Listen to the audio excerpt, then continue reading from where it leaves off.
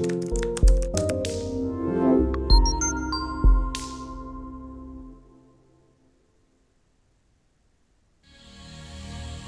a fucking loser. You live in your mom's basement. You probably have a 2-inch cock. You sound like a white guy. Congratulations. For what?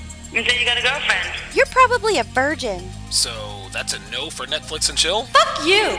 So I'm curious. Tell me about your show. What do you talk about? I talk about how women ain't shit. Oh. What's up, guys? It's your man, Donovan Sharpe, and welcome to the 771st edition of TSR Live, your daily dose of red pill. Wait a minute. Something is clearly wrong with the sound. Hang on a second. There we go.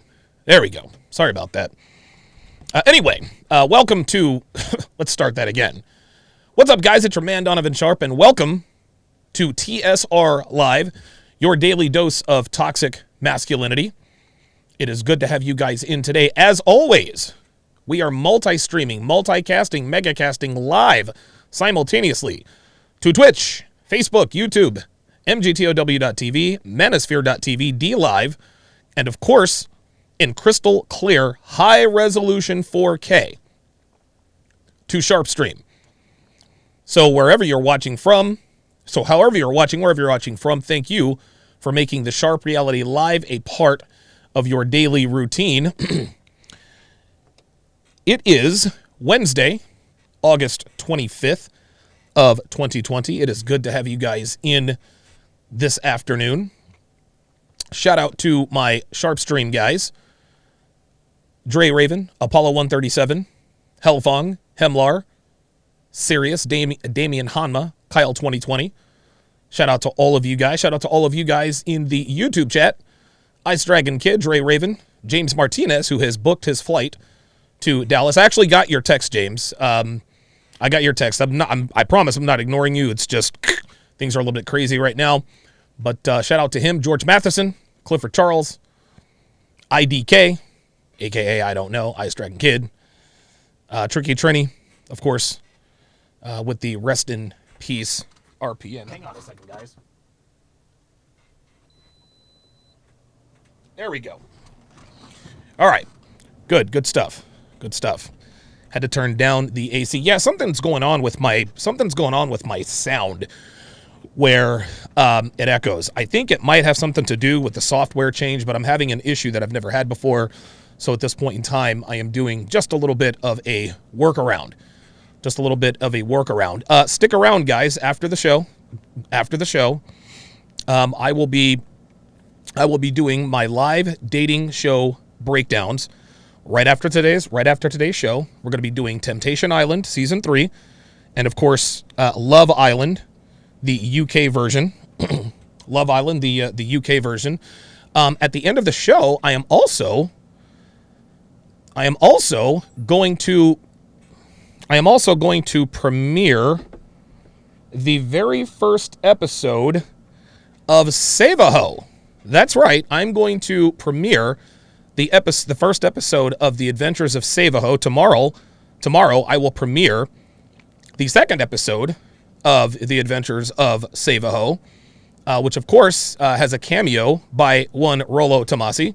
So I'm very much looking forward to that. I will be making an appearance on episode 3 of The Adventures of Savaho.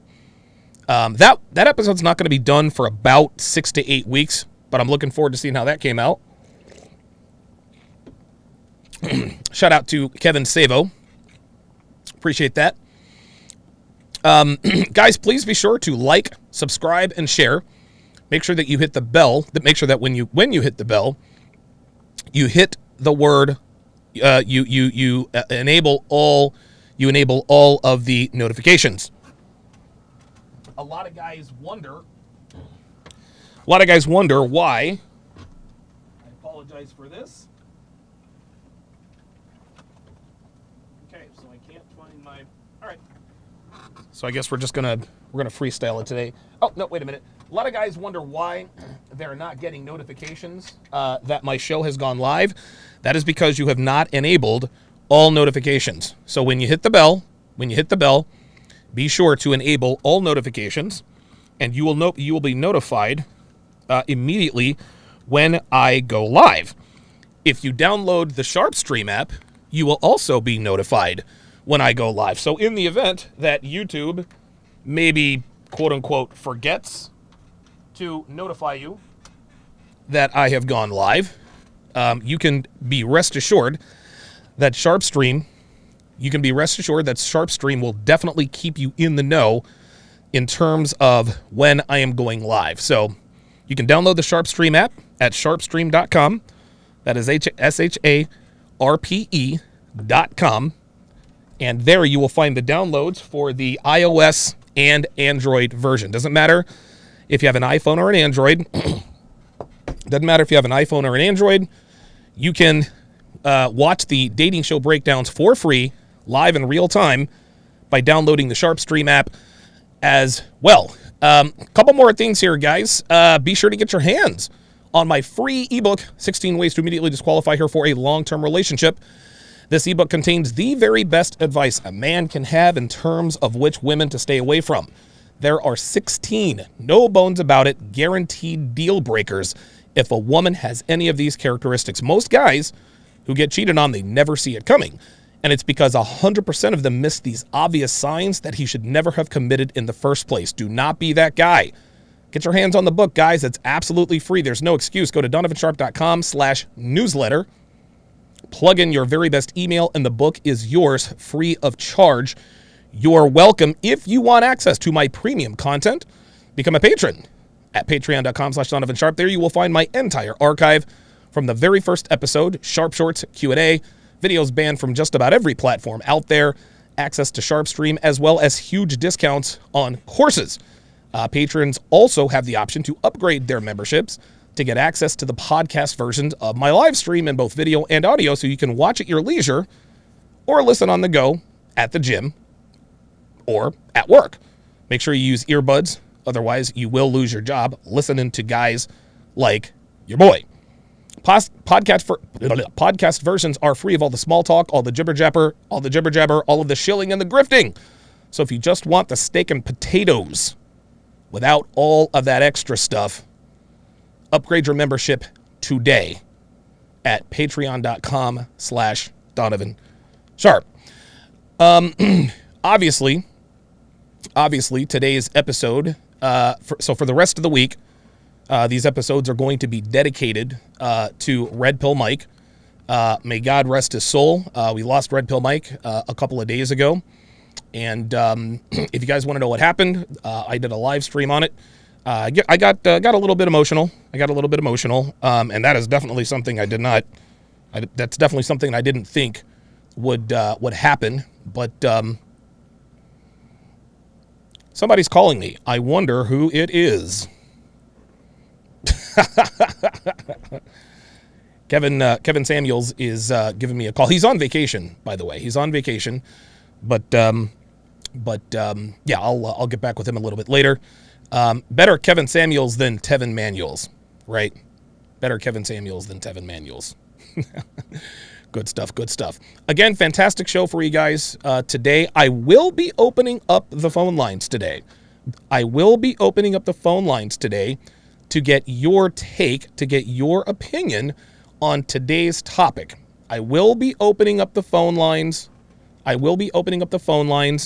little bit later on in the show. They're actually going to be opened here pretty soon, because I'm not going to ramble on and on. Today's show is about you guys and your opinions. So you can call up the show. I'll be putting the number. I'll put the number on your screen. You can call into the show. You can give your take on today's subject matter. Or you can give your best Red Pill Mike story. Devin has done the impossible task of compiling all of Red Pill Mike's super chats for the last 6 months. It only goes back 6 months, but Devin managed to compile something like 15 pages of super chats. And each one of the super chats each super chat is more profound than the last. So I'll be reading a few of those throughout the show in honor of Red Pill Mike. So what I'm going to do what I'm going to do before we get started, what I'm going to do to commemorate RPM's contribution to the community is I am going to, and I haven't put this in action yet, but I am going to add his name to the phone lines. As you guys all know, right now the hotline, the official hotline name is the Patrice O'Neill hotline. Well, we are going to rename it to the Patrice O'Neill Red Pill Mike hotline. I didn't want to shame or dishonor the memory of the late great Patrice O'Neill, but I couldn't think of a better way to commemorate Red Pill Mike by making his name synonymous with Patrice O'Neill every time I open up the phone lines. So I'm happy to announce that as well. So again, rest in peace, Red Pill Mike. That's going to stay on my screen for the rest of the week. I'm still trying to get in contact with Paul Jr. Trying to get in contact with Paul Jr. I do know where the funeral services are going to be, and we are absolutely going to send a huge bouquet of flowers. I also want to let Red Pill Mike's family know just how many people he impacted. I don't think Mike's family or Wesley's family, I don't think his family, and why would they, but I don't think they have any idea that some of the biggest content creators in this space all shouted him out. The Fresh and Fit podcast shouted him out yesterday. Coach Greg Adams shouted him out. I shouted him out. There it is. Devin's pulled. Oh my God. Oh no. Oh boy. So this is something. Oh man. Damn. So Dev has pulled up the obituary. Damn. I actually looked for this. I looked for this a little earlier today. Man, I looked for this a little earlier today, and I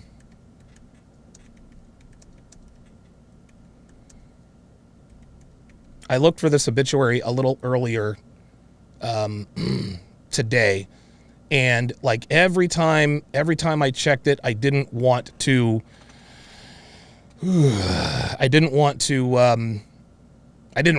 want to see it, but for whatever reason, Dev, my iMessage is not working on my computer.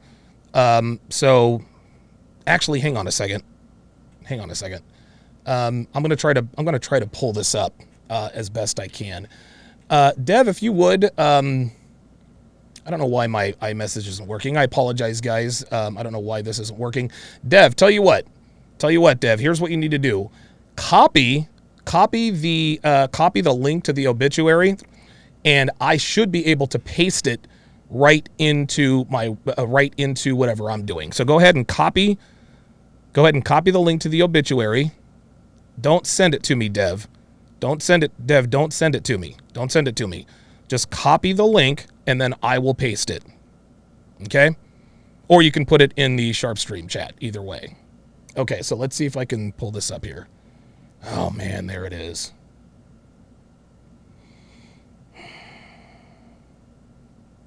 I was actually wrong. I was incorrect about RPM's age. RPM was not born in 1959. He was actually born in 1975. So he was just a couple of years older than I was. Boy, this is man, oh man, I was not ready for this today. All right. Well, let's try to get through it.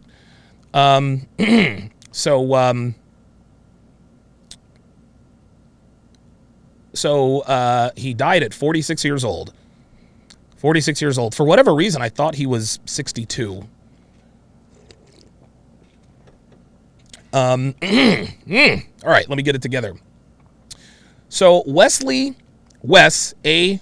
Fadley was born to Paul and Ann Fadley in Dallas, Texas on April 3rd of 1975 and passed away on August 23rd from complications from the beer bug. Wes grew up in DeSoto, Texas, graduating from DeSoto High School. He worked as a personal fitness trainer and surgical tech assistant. Most recently, he completed nursing school and then provided home care for his father for the previous 2 years. Wow. Wesley was preceded in death by his parents Paul and Ann. He is survived by brother Paul Jr., who I talked to via text, and wife Ann, brother Bradley, stepsister Rosanna Laws, nephews Austin Bailey Laws, Brandon Fadley, and niece Geneva Fadley.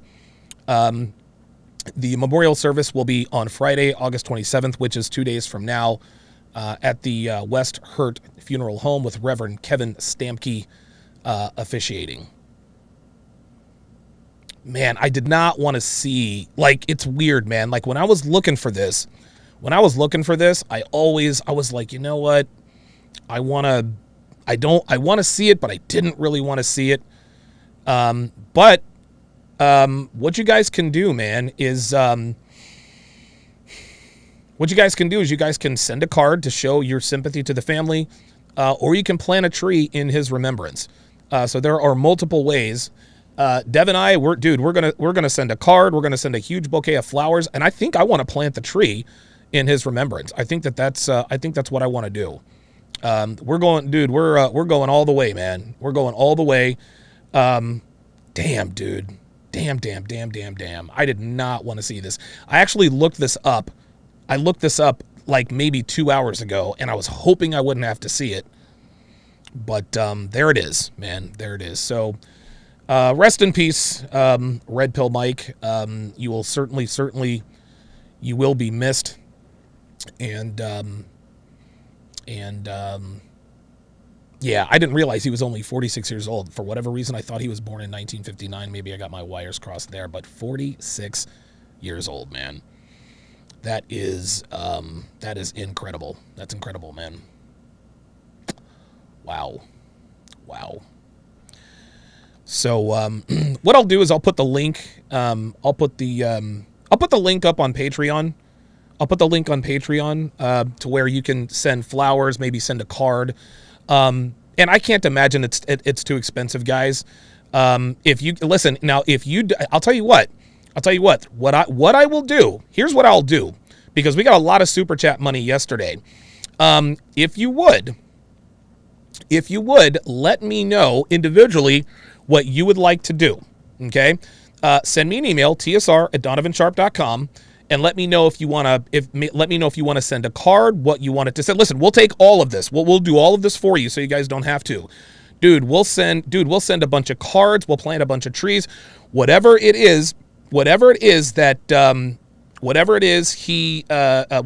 you want us to do, we will do. I think we got something like $470 worth of super chats. So if you super chatted, hey, listen, get a hold of me. tsr@donovansharpe.com. Let me know. Hey, I'd like to send a card. I'd like to, maybe send some flowers, whatever the case may be. That way we can honor the memory of Red Pill Mike and do it properly. So yeah, my bad on getting the wires crossed. Man. For whatever reason, I thought he was 62 years old, man. Jesus Christ. 46 is way too young, man. Holy shit, man. Man, that is... Oh, boy. All right. Okay. Tricky Trinity says, just ask the family what they need the most. That's what I would like the best. Okay. Very good. I think what I might do is I might get a hold of the funeral director, because his brother has not... He hasn't responded to my text because it's Red Pill Mike's phone. He probably sent the same text message to everyone in his phone. But I think I'm gonna get a hold of the funeral director and be like, hey, look, man, there's a community of men who want to pay our respects. So I'll have him give Paul my phone number. I'll get on the phone with him and I'll let him know, hey, look, man, whatever it is you need from us, we got you covered, dude. If you need help with some of the funeral expenses, we got you covered on that too. I doubt that they do need help with the funeral expenses, because, and I could be wrong, but I don't think so, because his mother and father their services were handled by the same funeral service. So it might be a family legacy thing, but even still, what I'll do is I'll have Kevin Stemke Stremke, reach out to Paul Jr., maybe even Brandon. I'll have them give him my information, and I'll be like, look, these are the links to all the people who are paying homage to your guy, and we'd like to know what we can do to help. So, man, I was not ready to see that obituary, dude. I really, really, really was not. All right. At any rate, I'm glad we're able to find that. I really, really am. So in lighter news, I'd like to talk about a website that Dev actually discovered this website about maybe 20 minutes ago. And here it is. It is GIFtip.com. GIFtip.com. If you look up in the upper left-hand corner, you will see that the tagline is just the tip. Just the tip. Cover just the tip. Cover just the tip. Give me a second, guys. Just give me a second, man.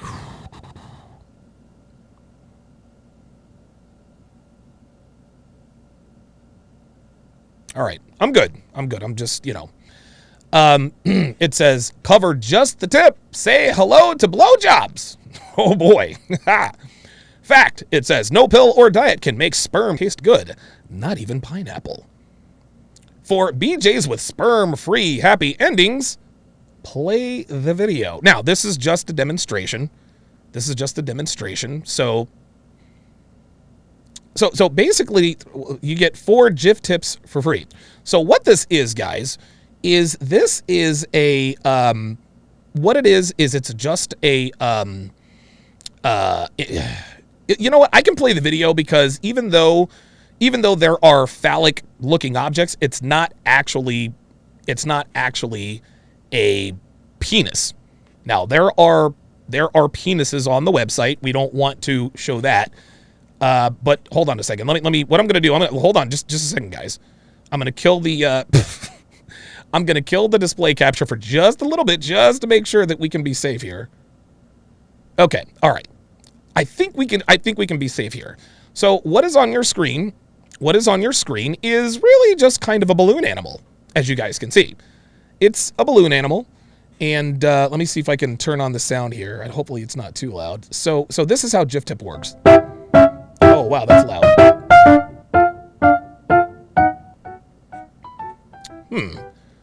So I guess you wipe the tip. I guess this is some sort of cleaning agent. And now you slide. So the little apparatus that she has, that's the tip.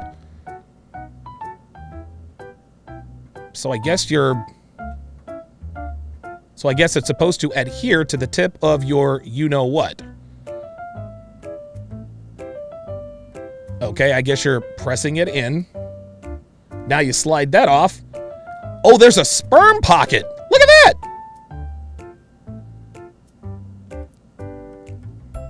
Oh my God. Wish your hat, penis, joy, and laughter. These are balloon animals on your screen, guys. These are balloon animals on your screen. Balloon animals. Balloon animals. Balloon animals on your screen. So let me get my thoughts. Let me get my thoughts on this. So, listen, man, any man who is any man who has extensive experience with women, we have all used the, just let me put the tip in, right? Put a 1 in the chat if you have ever used that on a girl. No, it's okay. Listen, I'm not trying to fuck. Just let me put in the tip. No, I'm not gonna go no further than that. Just let me put the tip in. Let me put the tip in right quick. Who among us has not used just the tip? Just the tip. Now, we all have. So what this is this allows you to have, I don't know, I mean, can you have sex with this thing on? Like, is it possible to, like, hold on, let me rewind it a little bit. I'm not really sure. I'm not really sure if this is meant, like, it's got a sperm pocket. They say it's got a sperm pocket, but I don't, let me mute the sound. I don't really know. Like, what if this comes off during sex, right? Like, I mean, look, I'm not trying to be funny, but I don't know how reliable this is. I guess you're supposed to press it.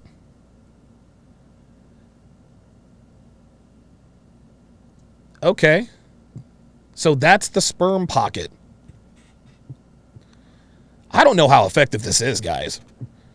I don't. Oh, yes. Yeah. Yes. And they come, I think they, no pun intended, maybe. They come in four flavors. Hold on. I'm trying to be careful here. I'm trying to be careful. Okay. Oh, wait a minute. Sorry. I wonder what, I mean, look, guys, this is this is insane. This is incredible. Listen, let me. Oh, that's why they think it's for. Oh, that's why they say it's for blowjobs, not sex. Okay. Dev says, I think this is so hookers don't have to swallow.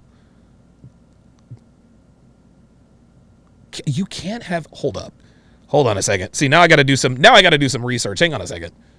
Hold up. Let's go to the FAQ. Let's go to the frequently asked questions. Because I know there. Oh, here we go. FAQ. All right. Okay. All right. So let's go to the FAQ here. Oh, her questions. Will it fall off inside? In other words,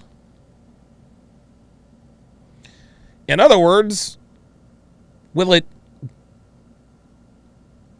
inside? Well, just follow the. I guess. Well, she asks if, like, will it fall off inside? Obviously, I don't think she's talking about her mouth, right? I think she's probably talking about the JJ. She's talking about the P sleeve. Huh. So the answer is no, it won't fall off inside like condoms do. Just follow the pre-application cleaning and bonding instructions. So after you erupt, how do you get it off? If that thing doesn't come off, man, I mean, dude, wow. Stephen Ortiz says, I think a condom is still better than that. Dev says this will come off the market the second some girl chokes on it. I don't know, man. Like, look, dude, this is all very suspect to me.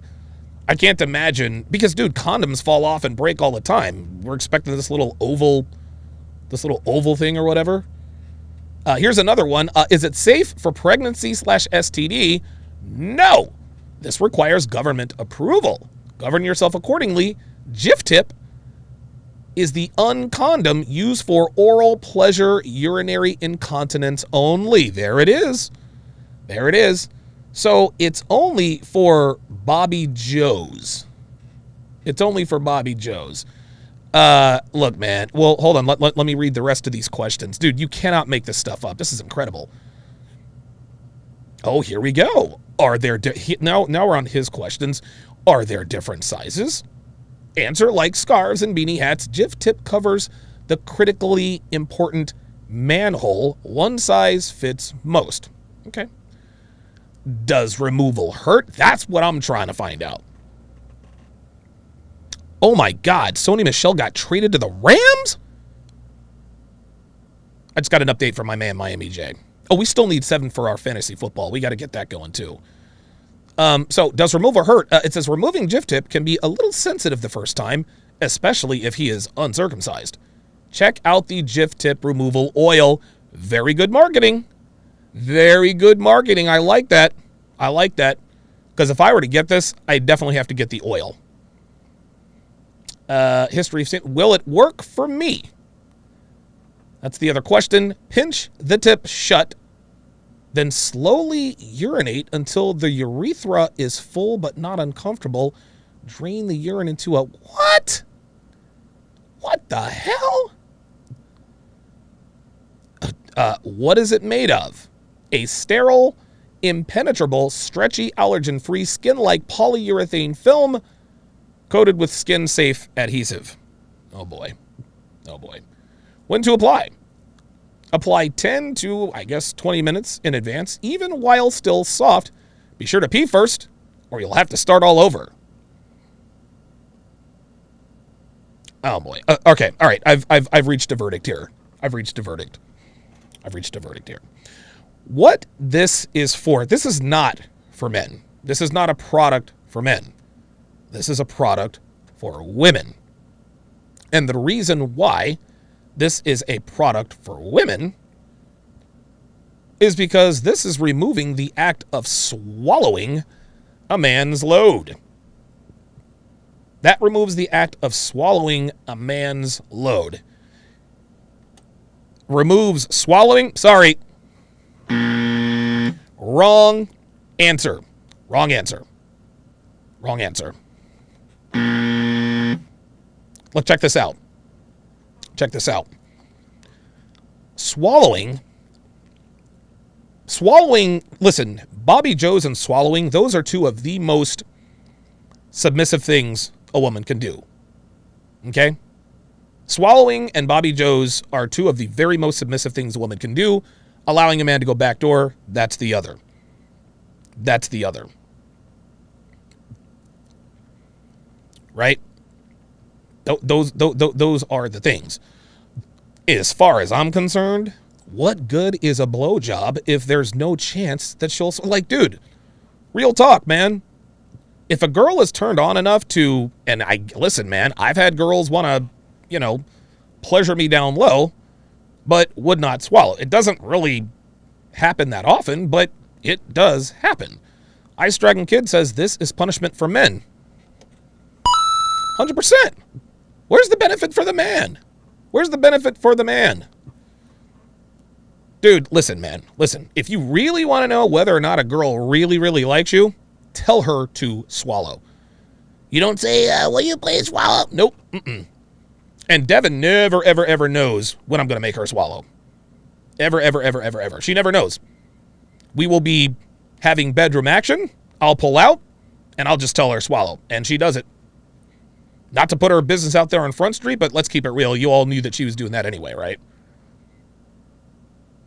What this is doing is this is lessening the act of one of the most submissive things a woman can do for a man.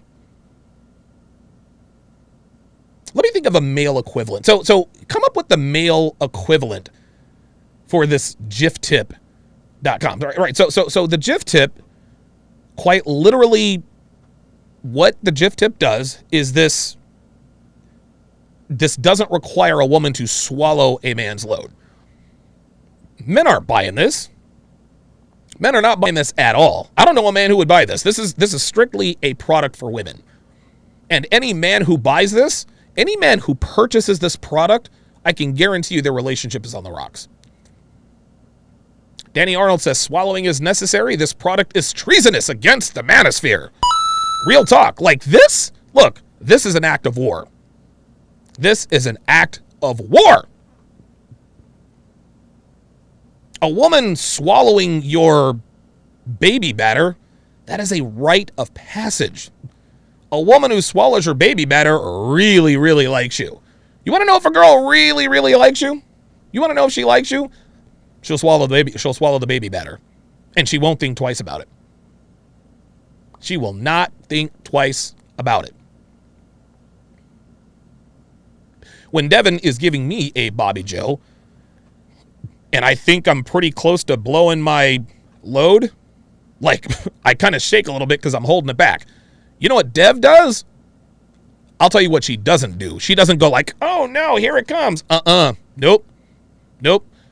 Dev's ass, she likes to make it harder. She's like, oh, he's about to go. Ah. I'm like, nah. That's when I'll pull it. I'll be like, whoa, slow, whoa, slow your head down. Slow your ass down. She's actually gotten very, very good lately. Like, she must be practicing on somebody because it is. Whew. But yes, this is an act of war. This is an act of war. J Body said probably created by a woman too. I guarantee you this was created by a woman. This was created by a woman, man. This was created by a woman. If a woman you're seeing ever gives this to you, she ain't into you, player. She ain't into you, player. Sorry. That's what it is.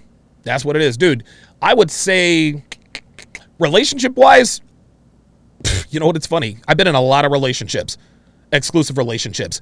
Every one of my girlfriends, wives, whatever. Oh, actually, I can't even say wife. The one woman in my entire life who never swallowed my load, who I was in a committed relationship with, was my wife, Darcy. Never swallowed. Every other girl, dude, every stripper, every cocktail waitress, every Vegas hoe, they all swallowed. They all swallowed, man. Except for Darcy. She didn't swallow. This is treason, gentlemen. This is treason. Do not give these people your money. And that's the memo. Wow. Wow. Can't believe it, man. Can't believe it. Yes, the O face. Yeah, listen, real talk. Dev has gotten, dude, it was like overnight. All of a sudden, overnight, it's like, whoa. Like, dude, like a minute and a half, 2 minutes in, I'm like, whoa, wait a minute, what the fuck? Like, this ain't supposed to happen? Whoa, slow down there. And she likes to be, I'm like, get that mouth off this D. All right, let me read these super chats, and then we'll go ahead and get started. I'm going to open up the phone lines. Here in about another 15, 20 minutes. We're going to open up the phone lines. I want to get your opinion on the articles we are going to be reading today. Double H, $5, says RIP, Red Pill Mike. Appreciate that very much. King Life, $10, says I was working out this morning and remembered when Asperger Daniel Radcliffe did that video on you. I asked RPM about it. He said he doesn't care about it. He was the truth. Absolutely. Stephen Ortiz, $20, says use this for whatever RPM's family needs. Absolutely. Thank you very much for that. Rachel Wright, $10. Appreciate that. Stephen Ortiz, I read this earlier, but I'll read it again. Says, I think condom is still better than that. Yeah. Hold up. Yep. Real talk. Dude, I can't believe it. This is insane. There are inventions every day designed to make sex more tolerable. Like, women get every conceivable advantage. Can't swallow a little protein shake from your boy? Nope.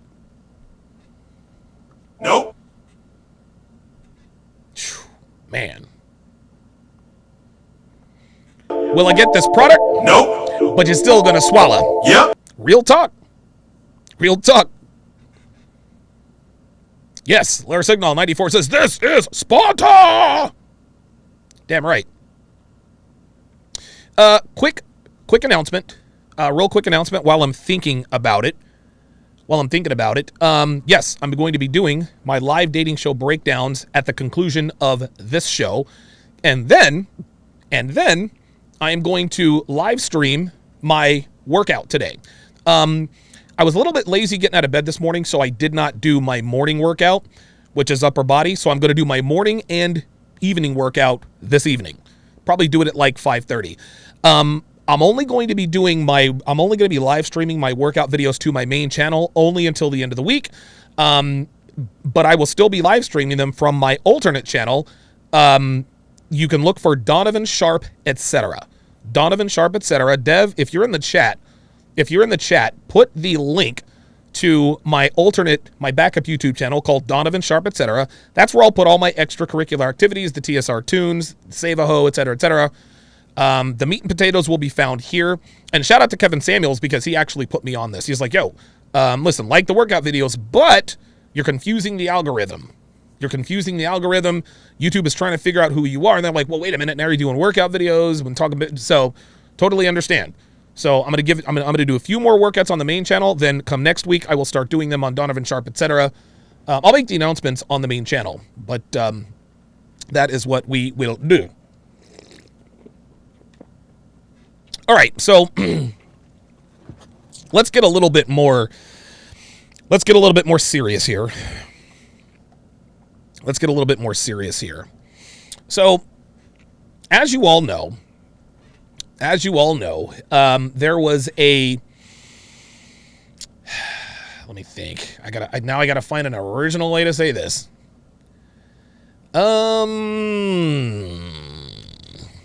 was a. I say that Gnatus. There was a pew, a mass pew.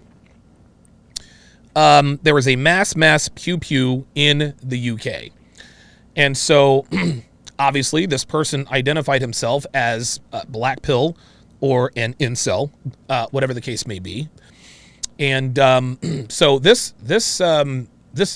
article was written by Vicky Spratt. Looks like it was last updated a few days ago, but this came out shortly after the pew. So we're gonna read through this.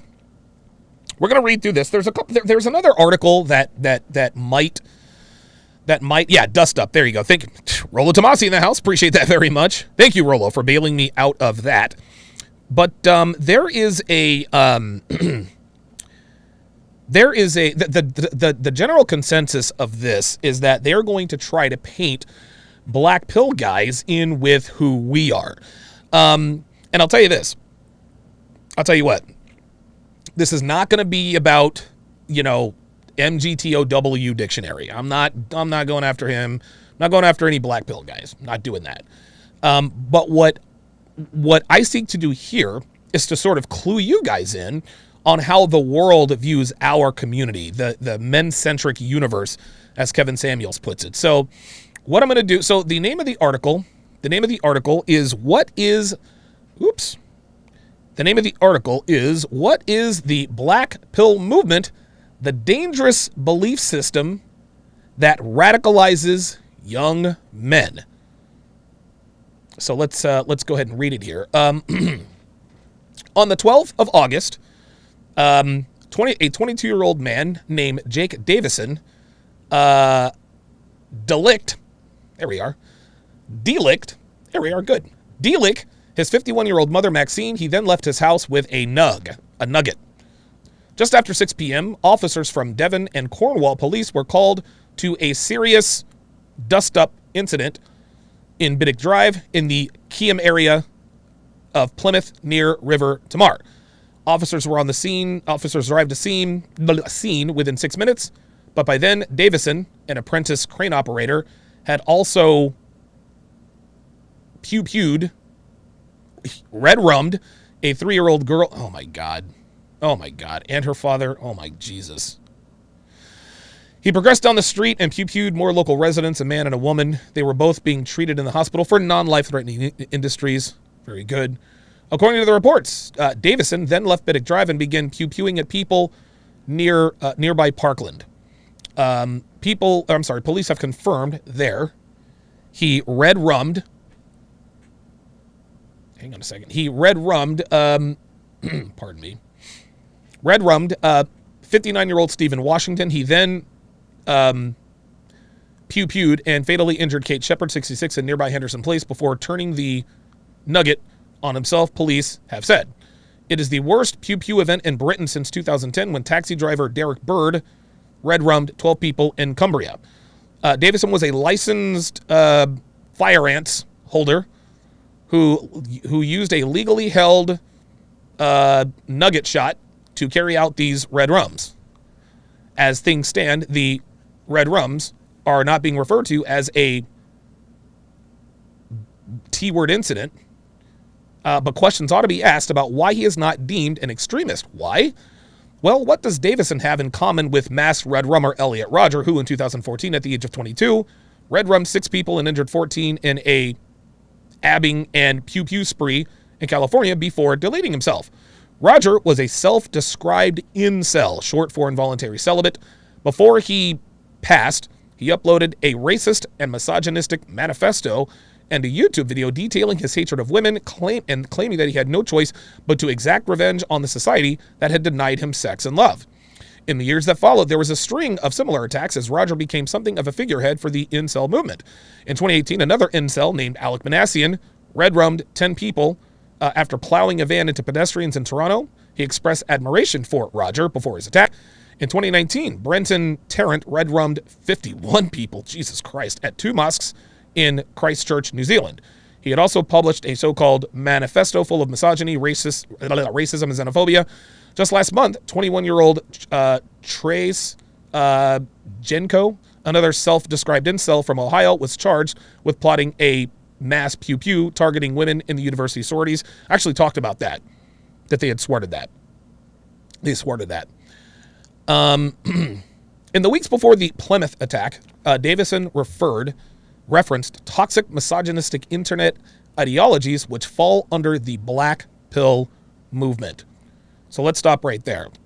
So toxic misogynistic internet ideologies which fall under the black pill movement. So already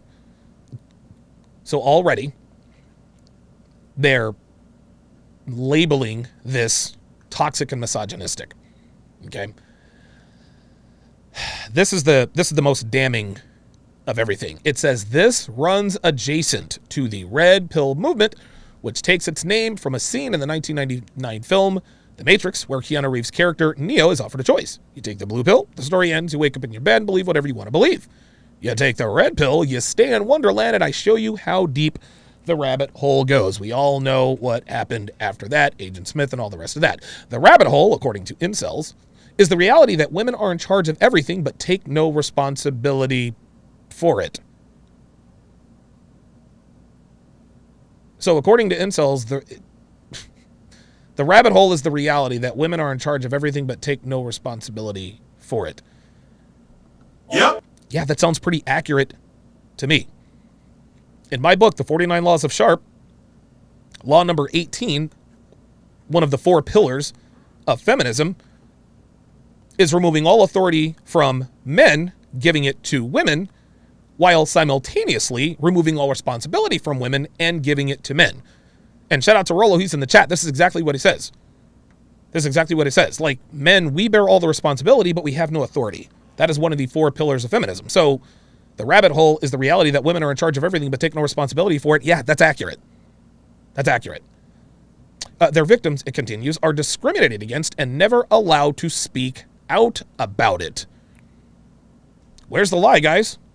Huh? Where's the lie? Where's the lie, guys? You see how they're talking about this as though it's not really real. The view, it continues, is perpetuated on various websites and YouTube channels, which make up an online network known as the Manosphere.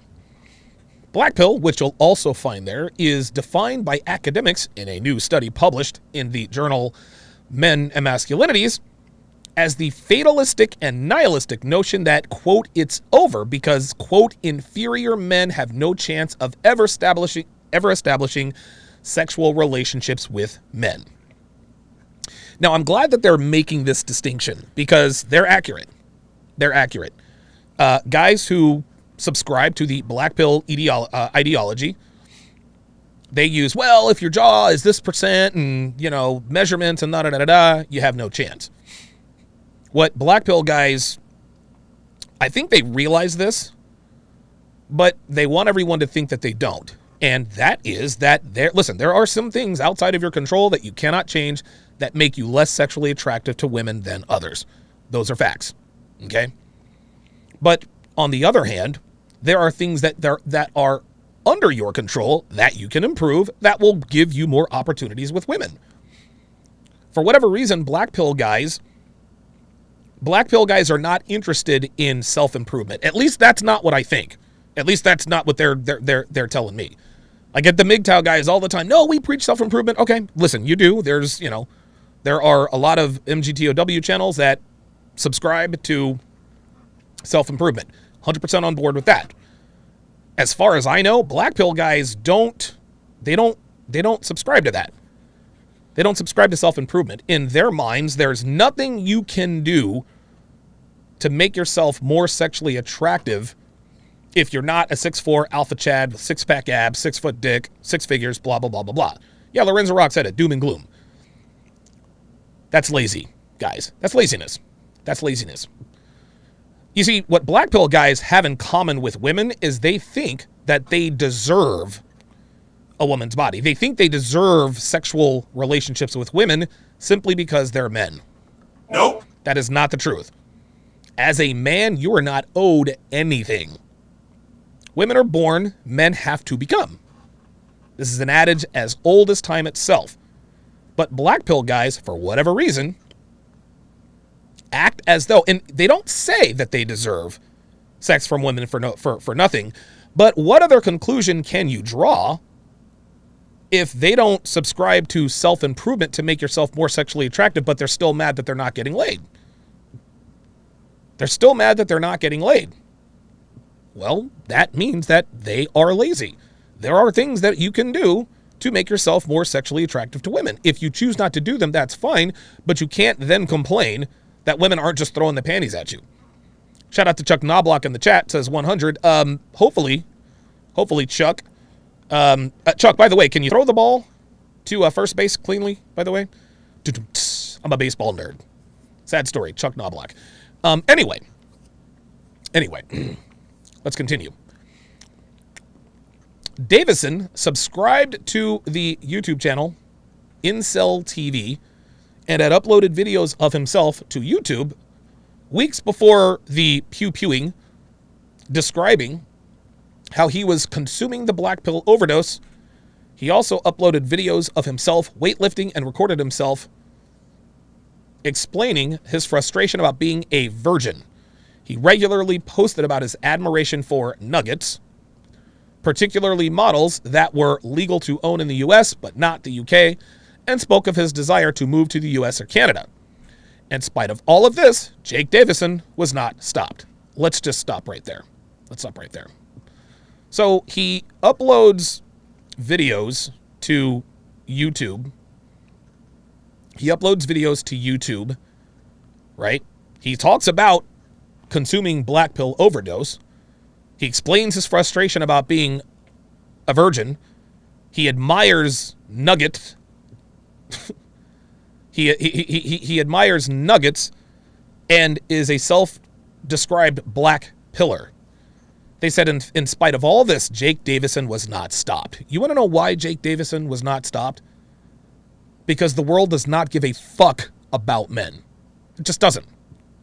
It doesn't. The world is so busy paying attention to whatever a woman wants and you're listen, women this and women that. There is no respite for men. The world doesn't pay attention to men until it's too late. They should have caught, listen, it's the same thing that happened in Ohio. They caught that guy, but everyone ignored Jake Davison because they don't give a damn about men. Listen, man, nobody deserves to get red rummed, but you can't be upset when it says, in spite of all this, Jake Davison was not stopped. No, Jake Davison wasn't stopped because nobody pays attention to guys like Jake Davison until they pew-pew a bunch of people. There are several reasons for this. It continues. Firstly, as the Times has reported, the police are too busy to check hot nugget applicants, and the Fire Ants licensing unit that granted Davison's hot nuggets certificate is manned by civilians, it was claimed this week, raising fresh questions about the process. Second, Refinery29, which is this website, understands that until recently, various government bodies have not considered incels or so-called men's rights activists as extreme terrorists. That may be about to change. Do you guys see what they just did there? Do you see what they just did there? Shout out to John M. with the $10 Cash App. Says $10 RIP RPM. Thank you very much for that. $sign Donovan Sharpe if you'd like to contribute. But you see how she said incels and so-called men's rights activists? As far as I know, no man who has claimed themselves to be a men's rights activist has ever pew-pewed. Guys. Yet, in this article, this highly influential website says that they have not considered incels and so-called men's rights activists as extremists. That may be about to change. In a written statement, the Home Secretary, Priti Patel, said, quote, "The UK has one of the most robust counterterrorism frameworks in the world. Our definition of terrorism includes an act or the threat of serious violence to advance an ideological, religious, racial, or political cause. The Terrorism Act 2000 definition is sufficiently broad to capture modern causes of terrorism, including incel Duracell. It is this definition that is applied when determining whether specific individuals are engaging in terrorism, and if incidents should be classified as a, quote, terrorist attack." A Home Office spokesperson told Refinery 29 that they couldn't specifically comment on whether this incident would be classified as terrorism. Quote, "The government is committed to tackling those who spread views that promote extremist ideology, violence, and hatred in our society, and that radicalize others into terrorism." I don't think the black pill intends on doing what this article says that they're trying to do. I don't think so. The biggest black pill guys out there, as far as I know, listen, I disagree vehemently with a lot of the things that those guys say. I've never heard them espouse violence. I haven't. I've never heard the dictionary guy talk about, listen, correct me if I'm wrong. Him, another guy, I got his channel taken down for harassing me. I've never heard them espousing this. Ever. I've never heard them espousing this. And so, for them to talk about radicalizing people, this is what we're up against. What we, in the men-centric universe, what we want to do is we simply want to wake men up. We simply want to wake men up. Unfortunately, a lot of men, when they find this men-centric content, what ends up happening is that they go through an anger phase and they never, ever leave. The anger phase is sometimes a necessary part of this mindset. It is. But it's not the content that is causing these guys to do what they do. Oh no. These guys were all, listen, listen, man. If you are a man who is capable of taking multiple lives in one single swoop, there was already something wrong with you. Dude, black pill ideology had nothing to do with any of that. And listen, you guys know I hate the black pill guys. Those guys can all go, they can go kick rocks. But you can't put this on them. Whether an incident is determined, the ambiguity surrounding whether incel ideology is considered extremist. Actually, hang on. Tell you what I'm going to do, guys. I'm going to go ahead and open up the phone lines. I'm going to go ahead and open... Ooh, wait a minute. That's not it. Give me a second here. There we go. I'm going to go ahead and open up the phone lines.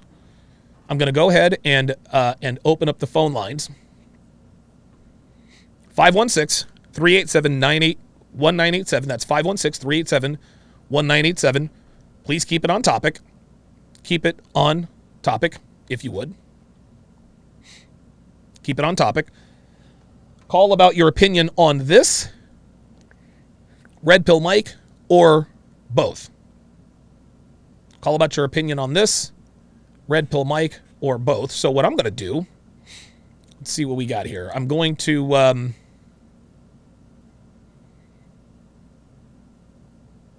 go to my there we go. So what I'm going to do is I'm going to let me look at the display. Actually, you know what? Here, I'll tell you what I'll do.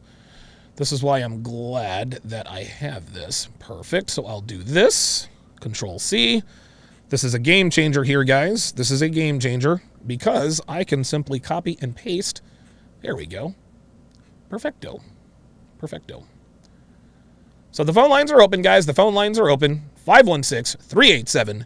516-387-1987. If you're calling from outside the U.S., it is 001 and then the number. It's either 001 or 011. I can't remember exactly. Can't remember exactly, but I know it's.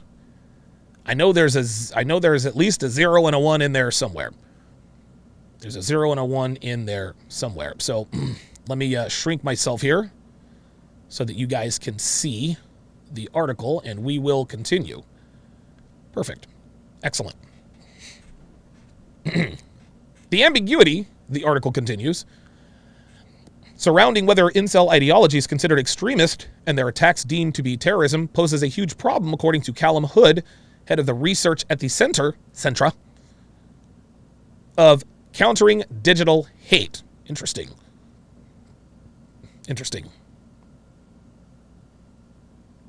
He explains, is a worldview that justifies women as objects and justifies extreme violence against them. See, you see what they're doing here? There are two things wrong with the statement.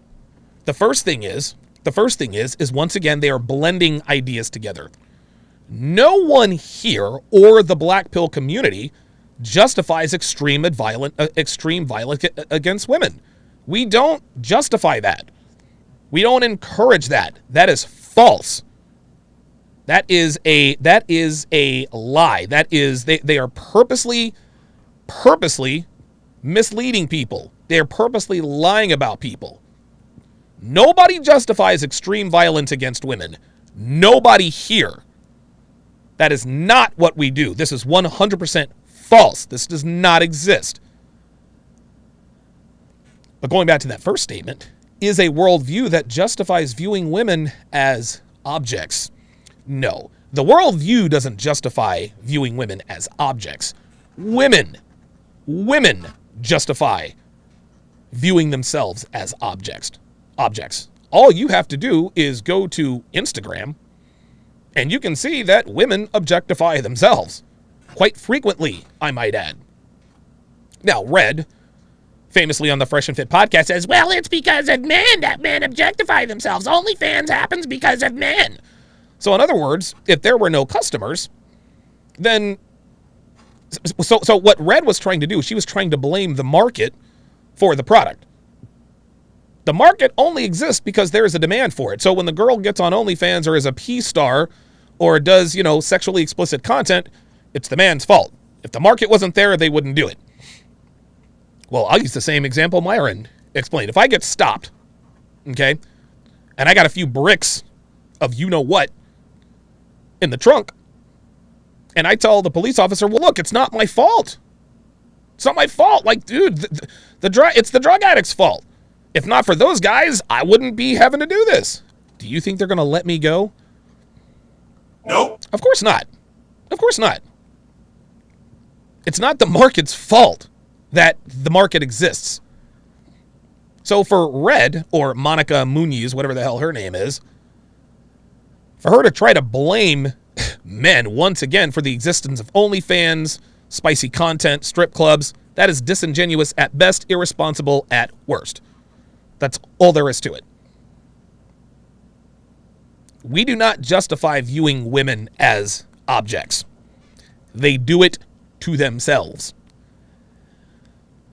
I can't say, the article continues, why the police in this case have not judged this to be a mass pew-pew or terrorist incident, but there's a very strong case to be made that it should be considered alongside other forms of terrorism or extremism. You see how they're trying to do that here? To consider it as such would highlight the seriousness of misogynistic violence, which is far more widespread than many people appreciate, he continued. That's wrong. That's wrong. And Dana in Indiana, Patrick and Charlotte, you two are coming up next. Guys, be patient, man. You guys just got to be patient. Some guys call in, and if they're holding for, more than a minute, they hang up. Guys, be patient. Please, by all means. I will get you on. You just have to be patient. Jesus. Misogynistic violence, which is far more widespread than many people appreciate. No, it's not. That's the same as Guste Janis talking about, you're more likely to be struck by lightning than falsely accused of EPAR. She literally pulled that statistic out of her ass. Period. That is false. That is not true. Especially in this country. Women are a protected species. They're a protected species. Women in America, women in the West, they live the best lives of any class of human on the planet in world history. What happens more than you think? Yeah, really? What about false EPAR accusations? And it highlights, he continues, that domestic Duracell is also a very strong factor in all kinds of violent extremism, whether that's incel violence, Jesus, Islamic extremism, or far-right extremism. I just released or Kevin Savo, I actually did a live podcast with him. And during that podcast, he made a very good point that I had never really thought of. Shout out to him, subscribe to his channel. Okay? He made a very good point that I had never thought of before. That point was, men who are considered misogynistic and controlling and possessive and all this other kind of stuff, those guys don't have to domestically Duracell their women. Would you like to know why? It's because they have options. A man with options he's not going to resort to domestic Duracell to keep his woman in line. It's just not going to happen. However, when you get a guy who has maybe one-itis or a guy who doesn't have any options, those are the most violent guys. Alec Manassian might have been a virgin. We know Elliot Rodger was a virgin. Sung Wee Cho is probably a virgin. What do all these guys have in common? Not much experience with women, not many options. It's the blue pill guys. It's the incels who really, really want a wife and kids and family who aren't getting it. Those guys are the problem. And so what they're trying to do is they're trying to say, well, incels are the problem. We should watch out for those, but we should also look out for these toxic, misogynistic guys. These are two different people. I am considered to be toxic and misogynistic. And I will wear that crown proudly. I am the most toxic, I think I'm the most toxically masculine person that I know. Andrew Cobra Tate is the first. Right? You don't have to worry about us domestically Duracelling women because we have options. It's the beta blue pill rage. That's what you have to worry about. Again, Dana in Indiana, Patrick in Charlotte, Zach in Boston. I'm going to be with you in just a second. Guess whoever area code 912 was tired of waiting the whole 38 seconds. Says resources are urgently needed during our conversation. Hood told me about several websites, which will not be named, to avoid driving traffic to them, being monitored by the CCDH, which have, in the last few months, seen, vertiginous growth in their user base. We're not talking about hundreds or even thousands, but tens of thousands, and in one case, over 2 million visits. So it's just going to go blah, blah, blah, blah, blah, blah, blah, blah, blah, blah, blah, blah, blah, blah. So basically, incels have red-rummed scores of people across the world. Others have posted in praise of Davison, celebrating his attack. What, one wonders, will it take for them to be classed as extremists? Insane. Very, very good take. Very disingenuous, but interesting take there, nonetheless. Interesting take there, nonetheless. 516-387-1987. Again, that is 516-387-1987. Let us go to Dana in Indiana. Dana in Indiana, you are on live with Donovan. Go ahead. Hello, Donovan Sharpe, and thank you for having me on once again. Absolutely. Respects to Red Pill Mike. Yes. And one thing that I know for a fact is that not only do I pay attention to your content on a regular basis, I also pay attention to Joker from Better Bachelor. Mm-hmm. And I know for a fact he doesn't even advocate for violence. Right. To that kind of level. So all of that kind of all of those talking points are very disingenuous. Right. About the entire black pill community. Why do you think they try to... Oh, I'm sorry. Go ahead. My fault. Yep. Well, I kind of ended up pausing and lost the thought whenever you started asking the question. So go on ahead. Yeah, I was going to say, why do you think they try to characterize black pill guys? Why do you think they try to cover us all in one blanket statement? Black pill guys, this is adjacent to red pill. What that does, Dana, is that indirectly, actually, it quite directly puts them with us. So what they're telling the world is that, listen, doesn't matter whether it's black pill or red pill, these guys espouse violence against women. Why do you think they do that? I think it is personally because they don't like all of the content that are being talked about, simply because a lot of the people that do end up talking about the community and the content being talked about there are the ones that actually perpetrate what all of the community ends up talking about. And they feel like they are being attacked for what they are naturally doing. So it's almost like a projection ploy. Yes. So let me ask you one last question. Do you believe that the black pill revolution is going to end, or do you think it's going to have to get worse before it gets better? What are your thoughts there?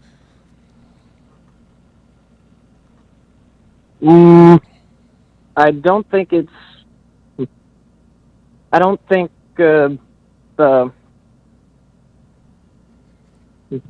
personally, I would hope it would end and not get worse than it actually is.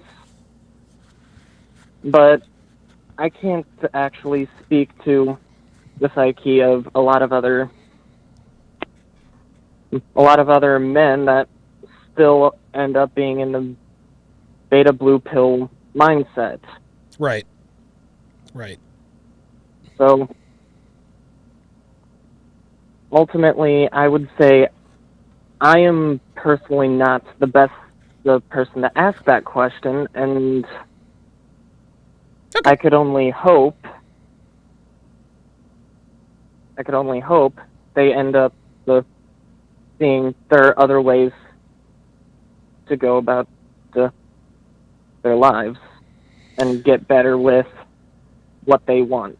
Good. And thanks for the call, Dana in Indiana. I like how Dana made that distinction and gets better with what they want. I like how Dana in Indiana didn't say get better with women. And listen, man, we've all been there. Like we find the red pill because of sexual frustration, heartbreak, or sometimes a combination of both.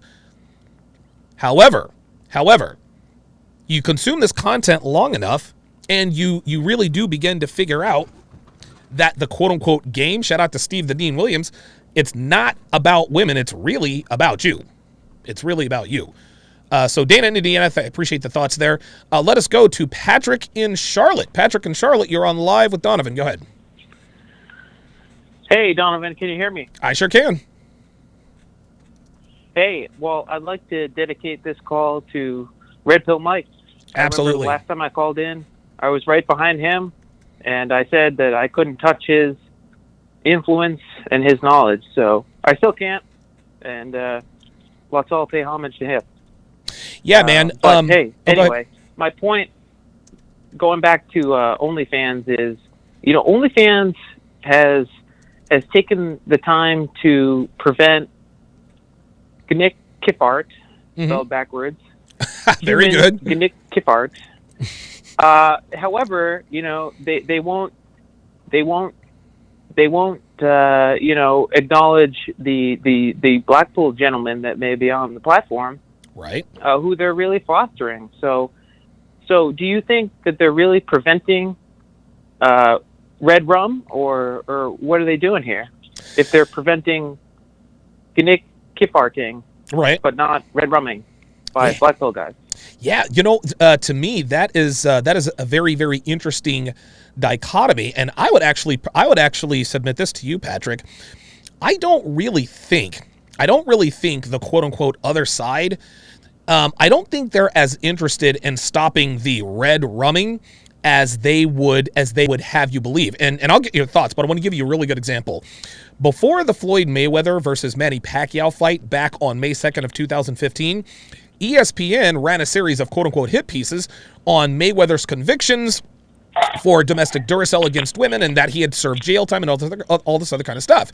So ESPN was trying to appeal to the Nevada State Athletic Commission. Hey, you need to suspend Floyd Mayweather because he did this and that. Nevada said, listen, he paid his debt to society. Fuck out of here with that. The fight went on. Mayweather made I think he's the first time anyone ever made $100 million in one event, and life goes on. But here's the overarching point, Patrick. The entire time ESPN was trying to appeal to the Nevada State Athletic Commission, they never once reached out to his victims. They never said, hey, would you like to sit down with us and talk about what you think should happen? You want to know why? Because they didn't give a damn about the victims. They only cared about punishing the accused.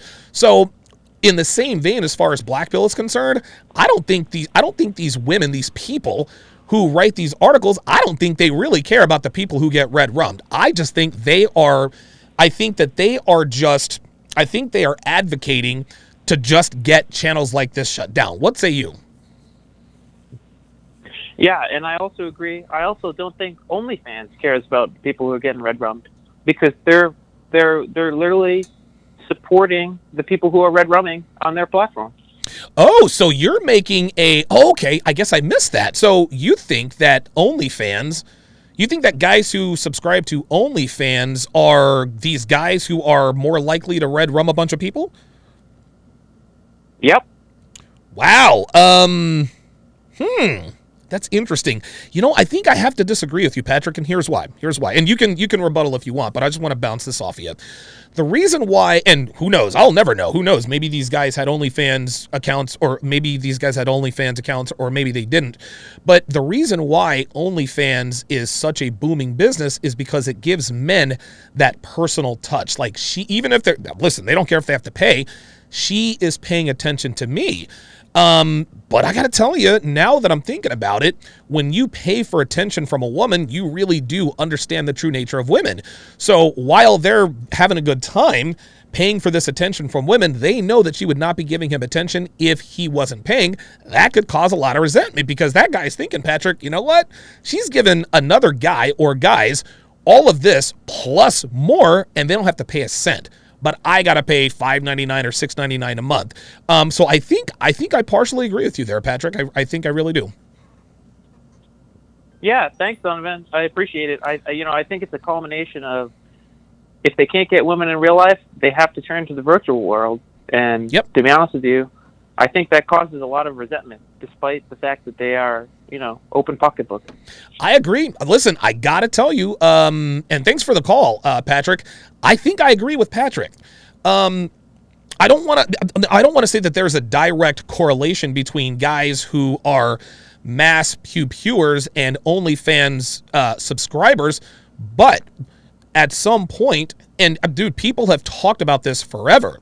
When you end up paying for it, whether it's attention or sex or the girlfriend experience, you can only do that for so long. As far as I know, you can only do that for so long until you start to resent the girls. Because again, you're thinking, this girl is hot.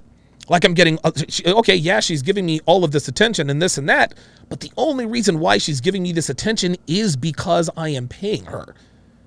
I'm having to pay for what someone else gets for free. And that could piss a lot of men off. So listen, shout out to Patrick, man. I disagreed with him initially, but I talked myself into his side. So very good call. Very, very good call. Very thoughtful call there by Patrick. If you block your phone number, I'm just going to let you sit there. I'm not going to hang up on you. I'm not going to bring you on. So if you block your phone number, if I see 11111, listen, you can stay there, but you're not coming on. You're not going to get screened. So if you're calling to listen to the show because you're on the road, that's perfectly fine. I'm just let you sit there. Let's go to Zach in Boston. Zach in Boston. So you think we should fight fire with fire and vote in good reps? Expound on that a little bit. Sure. I want to just say rest in peace, Red Pill Mike. Absolutely. True legend in the manosphere. I don't want to go into too much detail, but I am in the realm of politics. That is my occupation. Okay. And what I see is it's really a political bludgeon that it's not just the feminists, but the leftists use against whoever they deem as they deem competition or their enemy. Basically. Okay. And the manosphere is definitely one of that. And what they subscribe to, I don't know if you're familiar or if other viewers are familiar with Rules for Radicals, but the playbook is basically in that book, and that's what they've been using. Yeah. When it's pertaining to this, and the only way to really fight that is by now. In that book, they also say use violence. I don't subscribe to that. Okay. But everything up to that, we as men should do. And that means getting more organized and actually starting to lobby for men's rights. And the only way to do that is through grassroots and confrontational politics. Okay. I've heard you say in the past, a few years ago, like the men's rights groups, the issue with what they do is they're using more of they subscribe to an access-based lobbying kind of. Okay. Where, they want to make friends with politicians. Right. And the problem is politicians only care about two things: getting elected and what? Staying elected. Yes, sir. So the only way to affect change is affecting that. Wow. Now, let me ask you this, Zach, because you bring up a very interesting point, and I agree with you 100%. You said that MRAs, men's rights activists, they employ act less, in other words, without act politics. In other words, they're very non-confrontational. So what, in your mind, how would you define confrontational politics as opposed to the act less politics? So one of the things is, I don't want to go in too much detail. I understand. Just give us as much as you can. If you want me to call you personally, I can do that, but I don't also want to give trade secrets away. Okay, all right, no problem. But what I would say is one thing that you need to do, or we need to do, is propose bills in legislatures, or start there and then work up to the national level. Right. That protect men's rights. Okay. By doing that and getting votes on record. It's very important to get the votes on record. Right. That means roll call votes. Okay. And then utilize those votes in the next election cycle and let the manosphere community know where their prospective state rep or state senator or congressman or senator stand on a particular issue. Okay.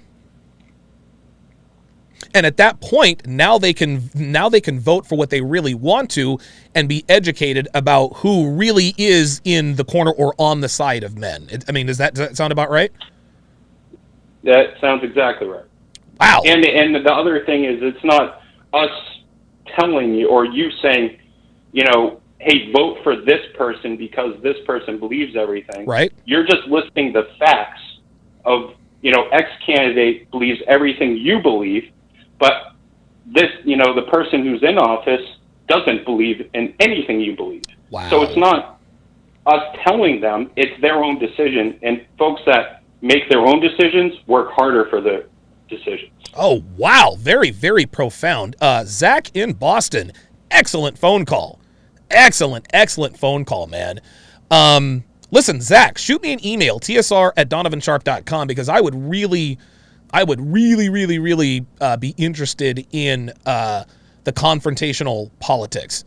Because I agree with him. And listen, shout out to guys like Paul Elam over at A Voice for Men. Like, listen, that guy's done a lot of good work.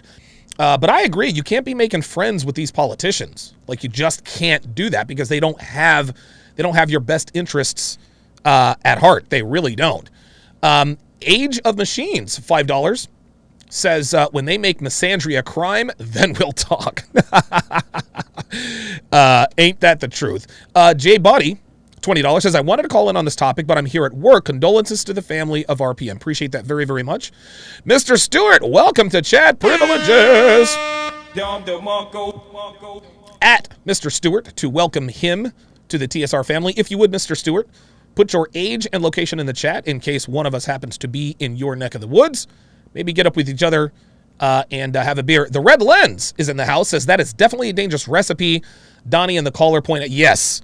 Very. And by the way, subscribe to the Red Lens, man. Chris Von Erich, the Red Lens, subscribe to that channel.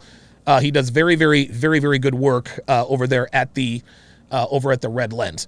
Okay, let's get back to the phone lines here. Let us go to Danny in Alaska.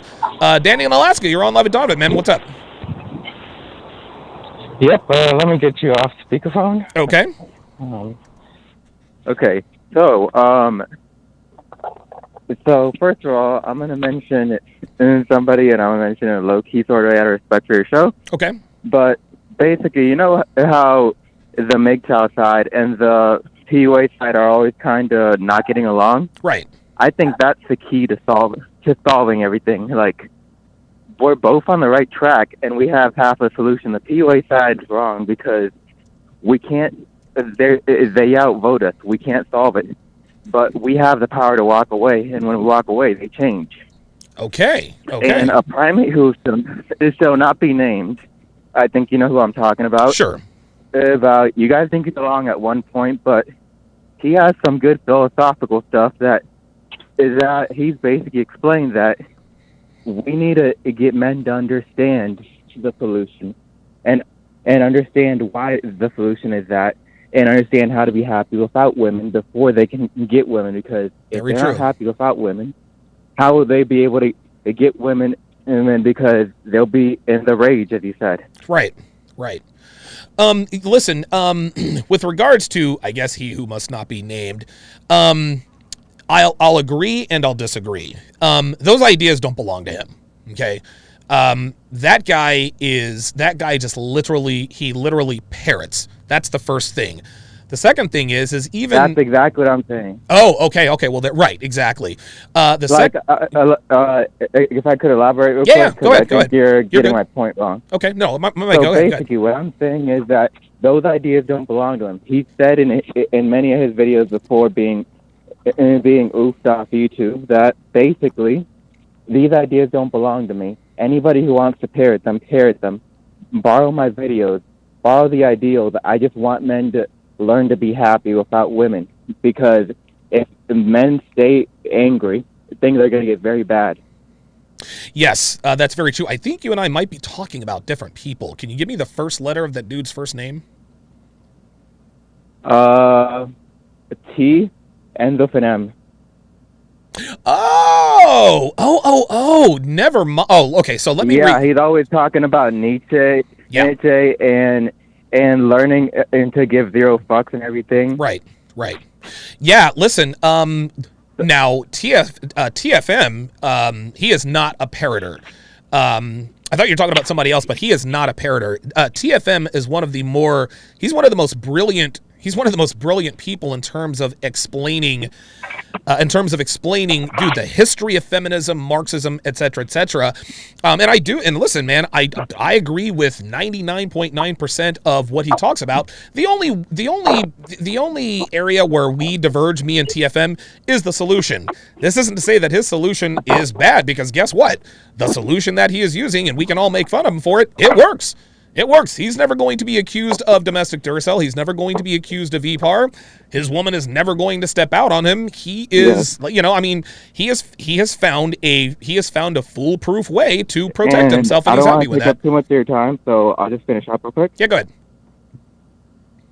So basically, what I'm saying is that you guys disagree on the solution, but your side needs his philosophy, and his side needs your PUA skills, because there's some guys on his side that just want to get laid and are angry, and there's some people on your side is that want to get laid but also can't stop being angry over how they're getting laid. Gotcha. They're angry over female nature instead of accepting it, and he has a philosophy on how to accept it.